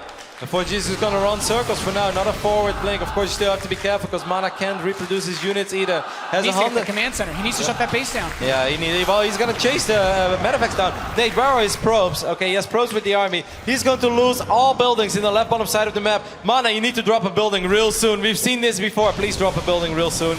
MaNa! He needs to build a pylon. Oh, this is the last building. It's his last building. He needs to start building right now. Okay, he's got one on the way. There's one on the way. He's building an assimilator in the bottom right corner of the map. He has enough resources to build another. He's actually going to pull the whole Terran army to the southeast. This is actually brilliant because he has enough to start one more. And I think if he leaves his Colossi and Zealots with this one, he should be okay. That's smart. That's so smart. Cancel. Imagine if you cancel. Oh, if he sees this, he needs to see this command center. It's right here. He's got it. He sees it. He can prevent it. No more command centers for 4GG. That was his one more SCV. Where is it? Okay, it's on the left side, so he can still build another one and deny that revelation of his structures. That is a sweet spot, though, Nate. So I think we're looking at a potential tie over here, because there's no way that Stalkers can shoot from both angles over there at that factory. And MaNa used all his money to build his pylons and assimilators. He has no money to get a Nexus. He has no money to get a Stargate. We do have a pause, so I'm assuming we are going to do a check to see how exactly the players want to act this scenario out. Because we do have a weird choice in front of us. Yep. I guess we're just going to wait for now. Of course, we don't want to reveal any sensible or sensitive information about this ridiculously crazy series. If you just joined us, welcome to the semifinals, the second semifinals of WCS Premier League Season 3, where the winner will move on to fight for $30,000 and, of course, a chance at that also prestigious title. A lot of money, a lot of prestige on the line, and what a crazy series we've had so far, Kev. As really coming down to the wire, even in this map, we could potentially see a game number 5 Iron Fortress has certainly lived up to our expectations. Yes. I mean, like I said, it just can't get any more crazy. Like yesterday, we had one of the best StarCraft II days of all time. And so far today, Nate, it's absolutely not disappointing. Our first semifinals was great, with Zensa putting up such a good fight against Lilba, who's still fighting for that BlizzCon ticket. And right now here in our second semifinals, I mean, you can't even make this up. 4GG, one of the other 2 players that was fighting for that BlizzCon ticket, going up against the home crowd favorite over here. It's ridiculous. Yeah, I mean, it's just so crazy. Playing on a stage in front of your fellow countrymen, and then 4GG playing for a chance to go to the global finals to compete at BlizzCon. And think about who they have waiting for them on the other side if they move on from this round. You've got Lilbo in the grand finals, also fighting for his BlizzCon dream, and 4GG, a player he's already defeated in this tournament. Yep. 4GG has his headset back on. I'm not 100% sure if MaNa has his headset back on. As soon as we have that confirmed, we can talk perhaps a little bit about the state of the game again. Nate, you're a Terran player. How many times have you tried to base trade here? And is that a 100% guaranteed sweet spot? All right. Yeah, it's a sweet spot. So we're receiving a little bit of information, Kev. So I believe it is right now confirmed by our referee that this is 100% a draw. If you guys thought we haven't seen everything yet here at WCS, Nate, we have a draw in the semifinals. That's right. So unable to finish the game, either player a little bit too exposed. We're going to replay this map, Iron Fortress, for what will be, I guess now, game number 5. What a crazy turn of events so far here today. Thank you guys so much for tuning in. This awesome crowd, all of you online as well. I know we have a lot of people who perhaps don't play StarCraft as much as we do. If you guys wonder why was that a draw, wasn't MaNa winning that game? Well, yes, he had the stronger army, but to win a game of StarCraft II, you have to eliminate all the buildings of your opponent. Most of the time, people will give up before that because there is always a way that that person will be able to do that, but not if your opponent has no money and no flying units. If you can then float a factory or a command center or whatever flying building to a corner of the map or any spot on the map where Stalkers can't reach it, well, it's a draw because there was no way ever that MaNa was going to be able to eliminate ForGG his buildings. Shout out to you too, Spain. So many people watching from around the world, so many different nationalities coming here to compete in the World Championship Series. And yeah, Iron Fortress, man, you have that space where those buildings can float to. You can't attack it, and you know, it comes down to you need to allocate resources. You need to anticipate that this could possibly happen. And for the Terran player, well, you need to have something that can actually kill that last building. Yeah, I kind of felt that MaNa, he could have just protected his pylons on the bottom of the map. And I felt at first, when he didn't drop any buildings yet, I think he had money for a Stargate. And of course, he would be supply blocked. But what he could do is start sniping all the units of ForGG until there's almost no units left. Then MaNa could kill his own units, hypothetically speaking, and then get one Phoenix out, and that one Phoenix would win the game. Yeah, I mean, that's what it comes down to. But, you know, 4GG had full map vision, too, so it's really hard to hide something like that. And it seems like players are getting ready once again. But, man, what a great day of StarCraft. Oh, coming up after this series, we have the cinematic reveal for Legacy of the Void 2. A lot of hype around this as we get to find a lot of new information out. I'm so hyped about that video, Nate. I said it before. We've seen the Landed Viking for a couple of years right now of that Heart of the Swarm cinematic trailer. And, of course, we want to see something similar here. A couple of the commentators have seen it. They've all said it's super badass. I haven't seen it yet, Nate, but I can't wait. All right, so this is a really exciting moment now as we get back into the lobby, preparing to go back into Iron Fortress. And, you know, that last game did start off pretty crazy, too. So I'm wondering if MaNa's going to dial it back a little bit. Maybe we'll still have some other variety of aggressive play. There's so many options, really. Yep. It's not the first time, by the way, that ForGG tried to do this. The moment that ForGG loses against the Protoss, he often evacuates immediately, and then he tries to start the base trade. And that's just something that, you know, he's great in sniping Nexus. That's why he didn't unpower the gateways. No, he went for the Nexus immediately. ForGG, he had one goal in that previous game. I'm going to make sure you're as broke as possible. I'm going to make sure you can't mine anymore, and then I'll make sure my buildings fly and you can't touch them. And, you know, the worst case scenario, it's a draw. Best case scenario, maybe I can win by sniping your buildings or something like that. Yeah, I mean, if you're a Terran player and you can't defeat that army, you have no Vikings and there's Colossi, the best option is to use the one advantage you have with your army composition. Medivacs, you have the boost. You can get around very quickly, and if the Protoss army can't reach you and they can't kill your flying buildings, you have the potential to eventually pick them apart over a long enough period of time. He lost a little bit too much to be able to do that, hence the draw. Yep. Iron Fortress is going to be map number 4 or 5, however you want it, once again. But of course, the score is still 2-1 in favor of our Polish Protoss MaNa. 4GG, man. Talking about fighting to keep your BlizzCon dreams alive, Nate. If this guy is not fighting, then I don't know what fighting means in StarCraft II. Yeah, what an intense series we have had. Thank you guys so much once again for tuning in. This has been a phenomenal weekend of StarCraft. Some of the greatest upsets, comebacks we've seen in StarCraft history basically have happened here in Krakow, Poland, and it's been a pleasure to be a part of it. We are loading in to Iron Fortress once again to find out who will potentially move on to the grand finals to face Millennium's Lilbo. Both players getting ready. Of course, it's always hard to reset your mind, but they're going to have to do it. MaNa in particular probably felt like, man, I was so close there. I had that game. I had the better army. Could I have done something different? Well, Nate, it's time to forget about it and pretend that previous game never happened. And let's just start over with Iron Fortress all over again. That's right. We are back on Iron Fortress to replay game number 4 in the bottom right position, spawning as the blue Terran player. We have Millennium's 4GG.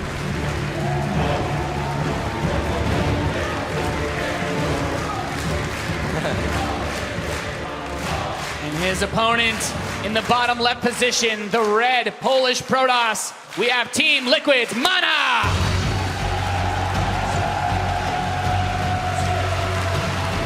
Man, I love the way that MaNa has played this series so far, though, Nate.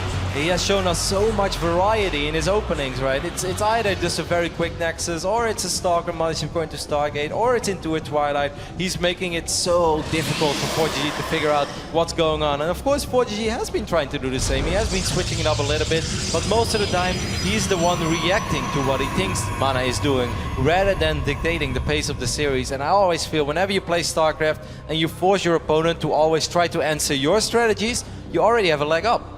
Yeah, in a game of strategy where you don't have all the information in front of you, even the misdirection that we saw on the last, well, on this map, but in the first time they played, throwing up that Twilight Council, baiting him into the fast engineering bay, thinking it could be a proxy Oracle play. There's just so much at stake. And MaNa already gets a nice start to this game. He'll go right over to ForGG's base with his first probe scout. Yeah, I don't know what it is, by the way, this tournament for MaNa, but every single probe he sends out, he finds his opponent immediately. And it's a small thing in StarCraft. Of course, it doesn't matter all that much, but it's just nice, you know. It's like, all right, I know nothing crazy is happening. I can actually be annoying over here with that probe, you know, just use that taser a little bit, harass these SCVs. Perhaps a couple of these SCVs will be pulled off the mineral patches. It's all small things, but StarCraft II, we've said it so many times, it's definitely a game of momentum. It's a game of mindset. You know, all of these guys are fantastic players, and often the player that just feels best on this given day, that has the most confidence, that plays with no fear, is going to win. And right now, it's all those small things, they do pile up. Yeah, this is a truly crazy thing. And we can see ForGG heading in not quite directly towards his opponent's base with his first SCV scout. With horizontal spawns, you can still drop very quickly into your opponent's natural, very similar to what we talked about the last time they played on this map. Yep, most likely this Zealot will get cancelled, as MaNa right now has 400 minerals to drop that Nexus. So he's switching it up again, Nate. Previous game it was a Stalker and a Mothership Core before he threw down that Nexus. Now he's going to do that immediately. This time an eBay block wouldn't have been all that successful, because you know, there was a Zealot on the way, and if he lets that Zealot finish, well, then of course ForGG is still investing in that.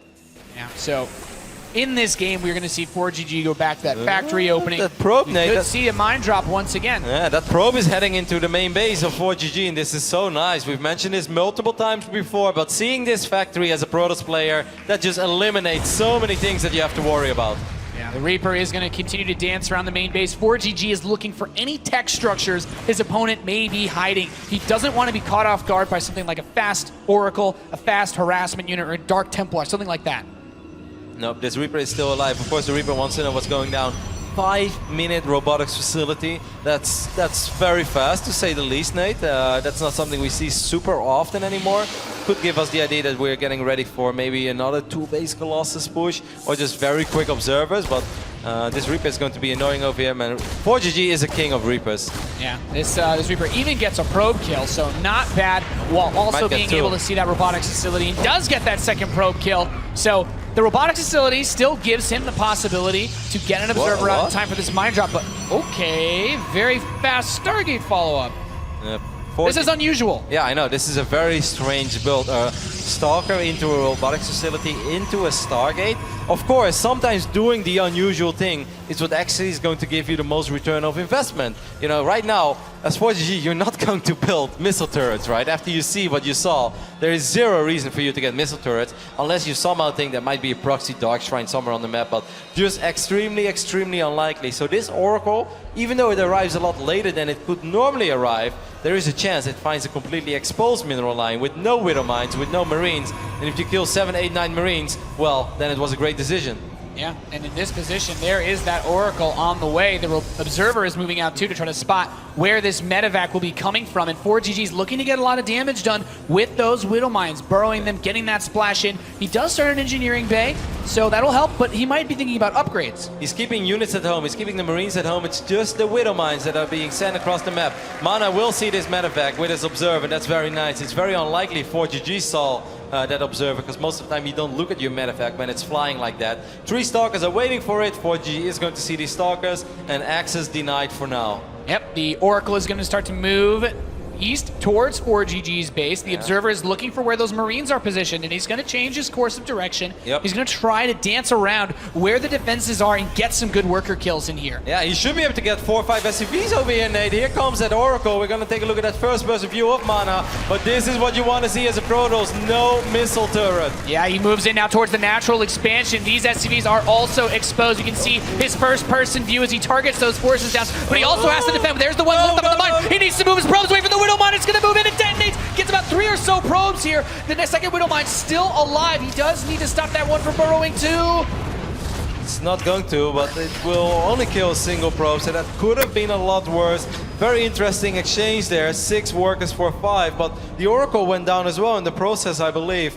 So I think overall, I think that was an okay-ish trade for ForGG. I wouldn't mind it all that much if I'm a Terran player, Nate. How do you feel about it? He did get the medevac. These Phoenix are going to shut down any follow-up drops, and Stim is still very, very late relative to where everything else is going. The first Colossus is in production too for MaNa. It could get a bit dicey if he pushes with 2 or 3. ForGG can't really drop right now because he doesn't have Stim anymore. He doesn't have Stim. And there's only a single gateway, so I guess that's the only thing that ForGG can hang on to. But yeah, I think after looking at that situation a little bit closer, I think it's okay for MaNa. I don't think it was fantastic. If he kept the Oracle alive, then I think it would have been a very good trade. You know, killing 7 SCVs for only 4 probes and then also killing 2 mines and a medevac, that would have been great. Losing the Oracle stings a little bit, but it's still very acceptable for the Protoss. Yeah, we have that first Colossus about to come out. MaNa poking forward with his Stalkers. He's just trying to buy time so that the Colossus can finish and he can prepare his defenses. Yeah, and let's not forget, there's only a single medevac over here. That's a little bit sloppy. 1 Stalker does go down. I mean, MaNa is still only on 1 gate, I believe, Nate, and this is actually a small problem. A couple of units will be unloaded on the high ground. I think that's a very smart play here by ForGG. He's going to avoid photon overcharge for now.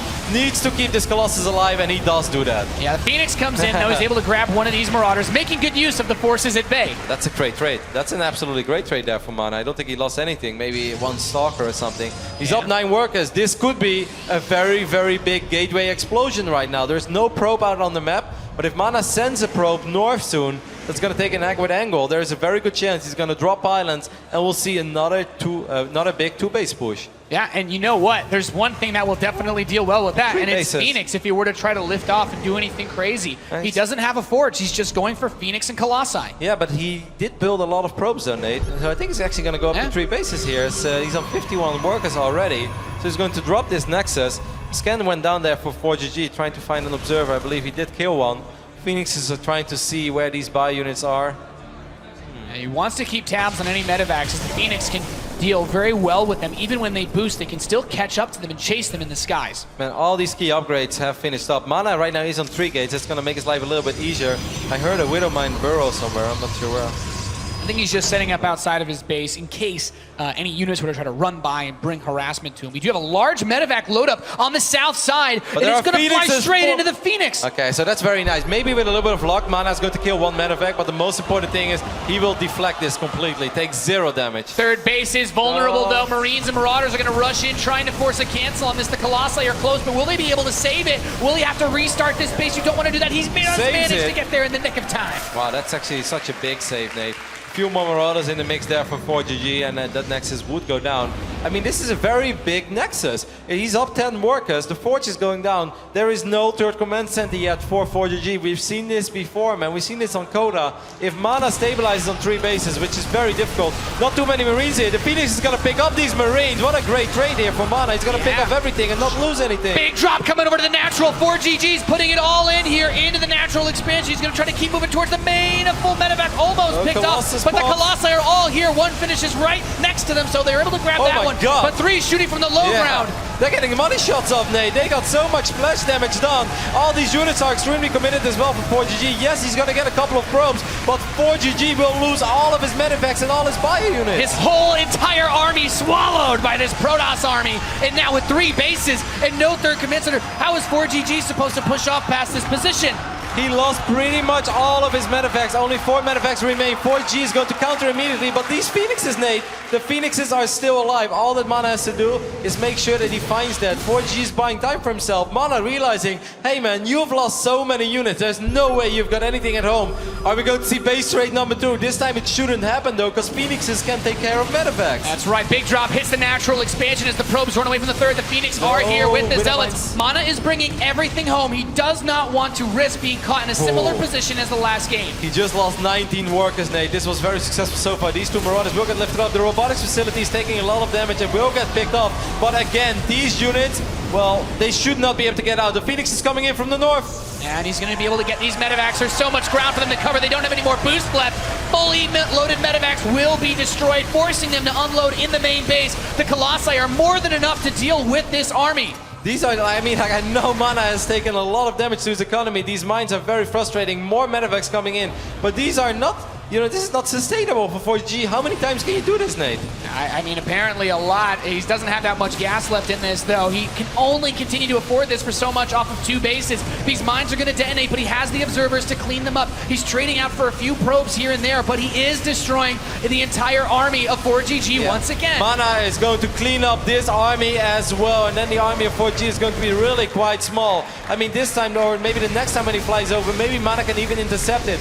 MaNa just needs to stabilize right now for one moment, get observers in the right position, get a few extra gators. Look at the amount of gas at MaNa. MaNa is dominating this game. If you take a look at the units lost resource tab, ForGG has lost 8,800 resources against 5,200 of MaNa. You know, this is MaNa's game. He's mining more and he's losing less. The Phoenix are headed over towards where the north side drop is. They can try to push this back. There's no Marines, so he can actually lift those up, pick those off and run away, or force the Widow Mines to throw. And at the same time, MaNa has his main army pushing the main base of ForGG. And if he gets in here, there's nothing here to defend. He's been flying every single unit he's built across the map. MaNa's pushing in. He has 3 Colossi. There is nothing here to defend for ForGG. The Zealots are going to waltz in. The third command center is vulnerable, and now the Phoenix are waiting at the natural to defend.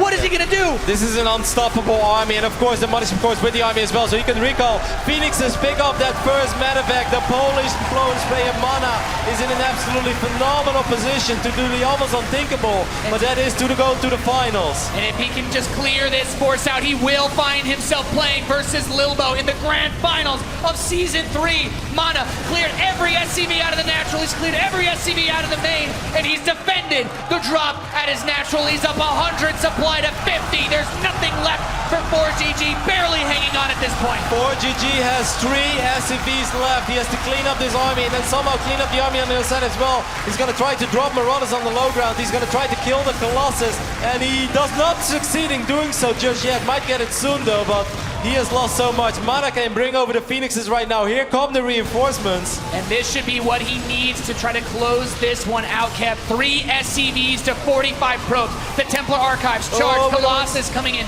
Those are the tools he will need to finish this game. He grabs the Widow Mines, he's going to pick those up and run. And there's just been so few Marines in these armies. Yep, MaNa has to be a tiny bit careful, right? He doesn't have to finish it right here, right now. He has 45 probes against 3 SCVs. I mean, Nate, mules are good, but they're not that good, yeah.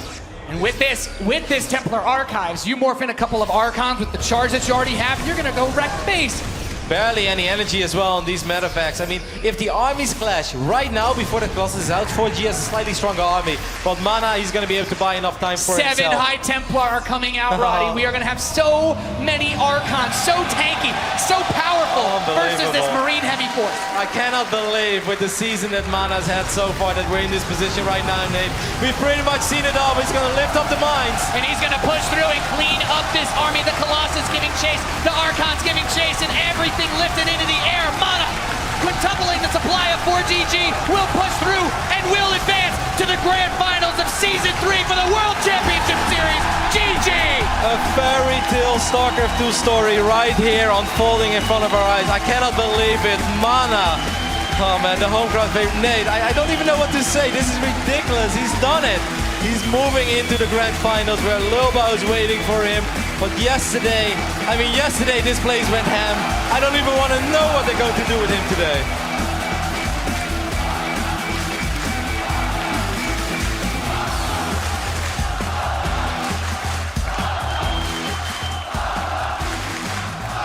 That's right, MaNa is your other finalist. He moves on to the finals here in Krakow, Poland.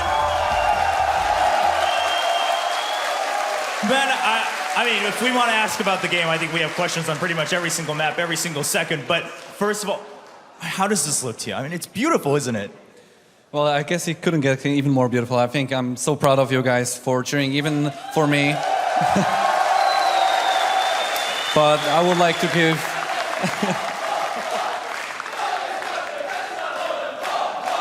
I would also give a very big shout out to ForGG. Please, if you guys could give some shout out to ForGG as well, because he did a very good tournament. So thank you very much.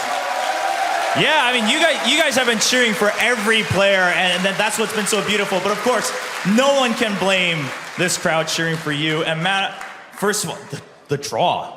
We have to talk about that. What a crazy game. What was running through your head when you realized, all right, it is a draw? What were you thinking? Were you phased at all? Were you worried? I think I was a little bit shaken, a little bit, because I thought I could have won it, because he lost a lot of units for free here and there. But then, well, I couldn't kill his building, so I'm like, well, it is a draw. But I think I dodged a bullet, because I should have lost that game, I think. All right, well, MaNa, congratulations once again. You are moving on to the finals. Ladies and gentlemen, one match left here at the WCS Season 3 Finals. Let's get a quick word from our experts on that crazy best of 5. For the first time in the history of the World Championship Series, we have an all-European final. In 2013, Stefano versus MVP. Last season in 2015, Lilbo versus Hydra. And for the third time with a European in the final, it is an all-European battle, Artosis. Indeed it is. Can't really talk over that, though. This crowd going crazy right now for ForGG, who unfortunately won't be making it in BlizzCon, but put on a fantastic show here tonight. Yeah, sadly, ForGG finishes mid-20th again this year, but MaNa moves on to fight. As mentioned, in the double European final in Control, I didn't think this was going to be possible from Challenger, but MaNa plays in the grand finals against Lilbo. Claws his way from Challenger, who's down 0-2, to this, the finals. And to be honest, this was not a close series, actually. I mean, I felt like he brutalized ForGG. I felt like he had ForGG on his back foot the entire time. Defensively, actually, which is kind of a weird way to say that, but it was like all of his drops, all of his aggression, which has been hell for people to deal with. MaNa just looked unmovable. He looked great the entire time. Really well played. I actually felt a little bit bad watching those games. I was like, you know, ForGG is so strong. MaNa's got to be tricky. And MaNa was just the rock. He was the solid anchor in that game. And ForGG was just waves breaking against the rock. He wasn't being able to penetrate at all. And MaNa just kind of stepping it up every single series. He keeps on reaching a new level. He keeps on defying those expectations. And it's crazy to think. You look at a lot of real sports and you say the home team has a big advantage because of the 80% crowd that's behind them or whatever it is in a stadium. And for the first time, I think we're really feeling that in StarCraft II today. MaNa has been pushed forward and forward and forward with the assistance of the crowd here. And it's shown he's made it to the finals. There's no doubt that in the lower rounds, he was not playing this good. And he is just playing better and better and better. I have to agree with Jeff. I think that he just destroyed ForGG. He was in command of most of those games for most of the game. This crowd is doing wonders for him. And this is like a turning point in esports history to see crowds actually affecting the players that they're cheering for. And I love, by the way, that we were just guaranteed an amazing finals. Like, Lilbo, still the juggernaut. There's a lot of people who are going to be hyped about him playing for BlizzCon. But MaNa, with this tidal wave of momentum coming up behind him, like, guys, we're talking about it. Hopefully you guys can hear it on the stream. I hope they're micing them up because it's loud, it's thunderous, it's positive, and MaNa is just breathing it in. Like, he's not even out there, like, shaking, like, thank you guys so much. I can't believe I'm here. Like, he's totally confident. He comes out, he's like, thank you. Please clap for the guy that I destroyed. Thank you very much. Because I'm going to kill another nerd here in a second. You got to be thinking that too. The way that MaNa's been, rolling through the playoffs this weekend, looking at Lilbo, goes into the game against Zance, he's like, all right, Zance, I just beat Hydra, bro. Come at me. Survives him. He survives him. And then you think about the grand finals now, from Lilbo's perspective, he's like, okay, I'm going up against MaNa in a matchup that I'm not the best at, and I've said many, many times that I don't like this matchup compared to the others, and that he is going against the Home Crown favorite. And for a player that we've all been thinking after the Hydra win that Lilbo should go and take it all, it's not that simple anymore. It's kind of crazy because these were both the players who made yesterday as insane as it was. They're both the players who were almost out, and they both had huge crowd support. Obviously, MaNa a little bit more even, but it's just been, these are the guys who have actually kept it together the best on stage, and they've shown the most kind of ability to calm the storm within themselves. Yes. And all that training and all those years of work, and rather than getting panicked or excited, they've brought the right builds, they've done the right reactions under pressure, and now to see them face off in the finals, I mean, I know the crowd's just going to be going crazy for both sides, but at the end of the day, we are going to see the two most exciting stories clash in this final. Well, I want to ride your coattails on that point because it's been so amazing being able to watch these guys develop. Like, Lilbo was tested. He was down 0-2 against Hydra. It was game 3 where we're like, all right, you're dead, 0-3, you know, okay, it's Hydra. Then he claws his way back. And MaNa, we've been talking about this up to wazoo, like 0-2 comeback, 0-2 comeback. And both these guys have had their moments where it's like, you could exit here and we'll have a very typical Hydra versus Polt, Hydra versus ForGG, something like that. But instead, both these players grew before our eyes, and one of these two guys is going to be a champion of a WCS season. That is mind-boggling. That's huge. It just doesn't happen anymore. We always have Korean national players winning every StarCraft tournament in the world. Almost every esports tournament in the world, to be honest. Especially the big ones. For $30,000 and 2,000 WCS points, it is such a big deal. But now we either get a Polish champion on his home turf, or a non-Korean player at BlizzCon, which, I mean, both of them are fantastic. All right, let's check in with the bracket now. As you can see, the road to the grand finals that we've had here in Krakow. We started in the quarterfinals with the results on the left-hand side through to the semis, and have landed with an all-European final. For the first time ever in the World Championship Series, we have that. And of course, off the back end of that, for the first time ever, we will have a non-Korean winner in this tournament. And as you said, Artosis, it's either Lilbo who goes to BlizzCon who wins this, or MaNa wins on his home turf. It couldn't be better. I just realized something, by the way. What's that, Jeff? We're about to show off Legacy of the Void. It's around the corner. And in the finals, before Legacy of the Void, we have 2 Protoss players. It's as if. It's perfect. It's as if they're built into the story. It's perfect. Chris Siggety's behind this crap. I can feel it. Throughout the weekend, that's what it's felt like, hasn't it? We're almost ready to go to the cinema, but here's the last couple of moments of the game here, and you can just see how much it meant for MaNa. Unfortunately, ForGG's BlizzCon hopes are gone, but MaNa moves on to the finals. And as mentioned, Artosis, you just couldn't have scripted a better This is fan way fiction. the top 8's gone. We're actually, this is fan fiction that we're watching. I mean, if I'm at home, I'm starting to think of some conspiracy theories, you know, like, who thought this up? Shouldn't we make it a little bit more believable, like have Polt in the finals? But no, this is reality. This is it, and not just that, but in just a few moments here, we are going to get to see when Legacy of the Void is coming out. I mean, this is... That too, yeah. It's a start. I'm having a good time this weekend, guys. Pierogies for everyone. I've had so many pierogies. Those are fantastic as well. Pierogies for everyone. All right, thank you very much, gentlemen. Final thoughts then before we get into this real fast, Pig. Who are you thinking is going to take this on? I'm only going to ask you, who's going to take the championship? I want you to tell me. Wow. No, I don't care about Artosis. In control, second best, you're the number one. I'll settle for Who's winning? You know, this is something I haven't even had time to digest and think about, and... I'll jump in there. No, I'm just kidding. Go ahead. Come on, Pig. All right, I'm going to go with what I said earlier on in the weekend. I'm going to say Lilbo, even though I'm so doubtful, I'm so 50-50, I'm going to say Lilbo. All right, thank you very much, gentlemen. It is time for the Legacy of the Void cinematic. We're all excited for it here. I hope you are as well.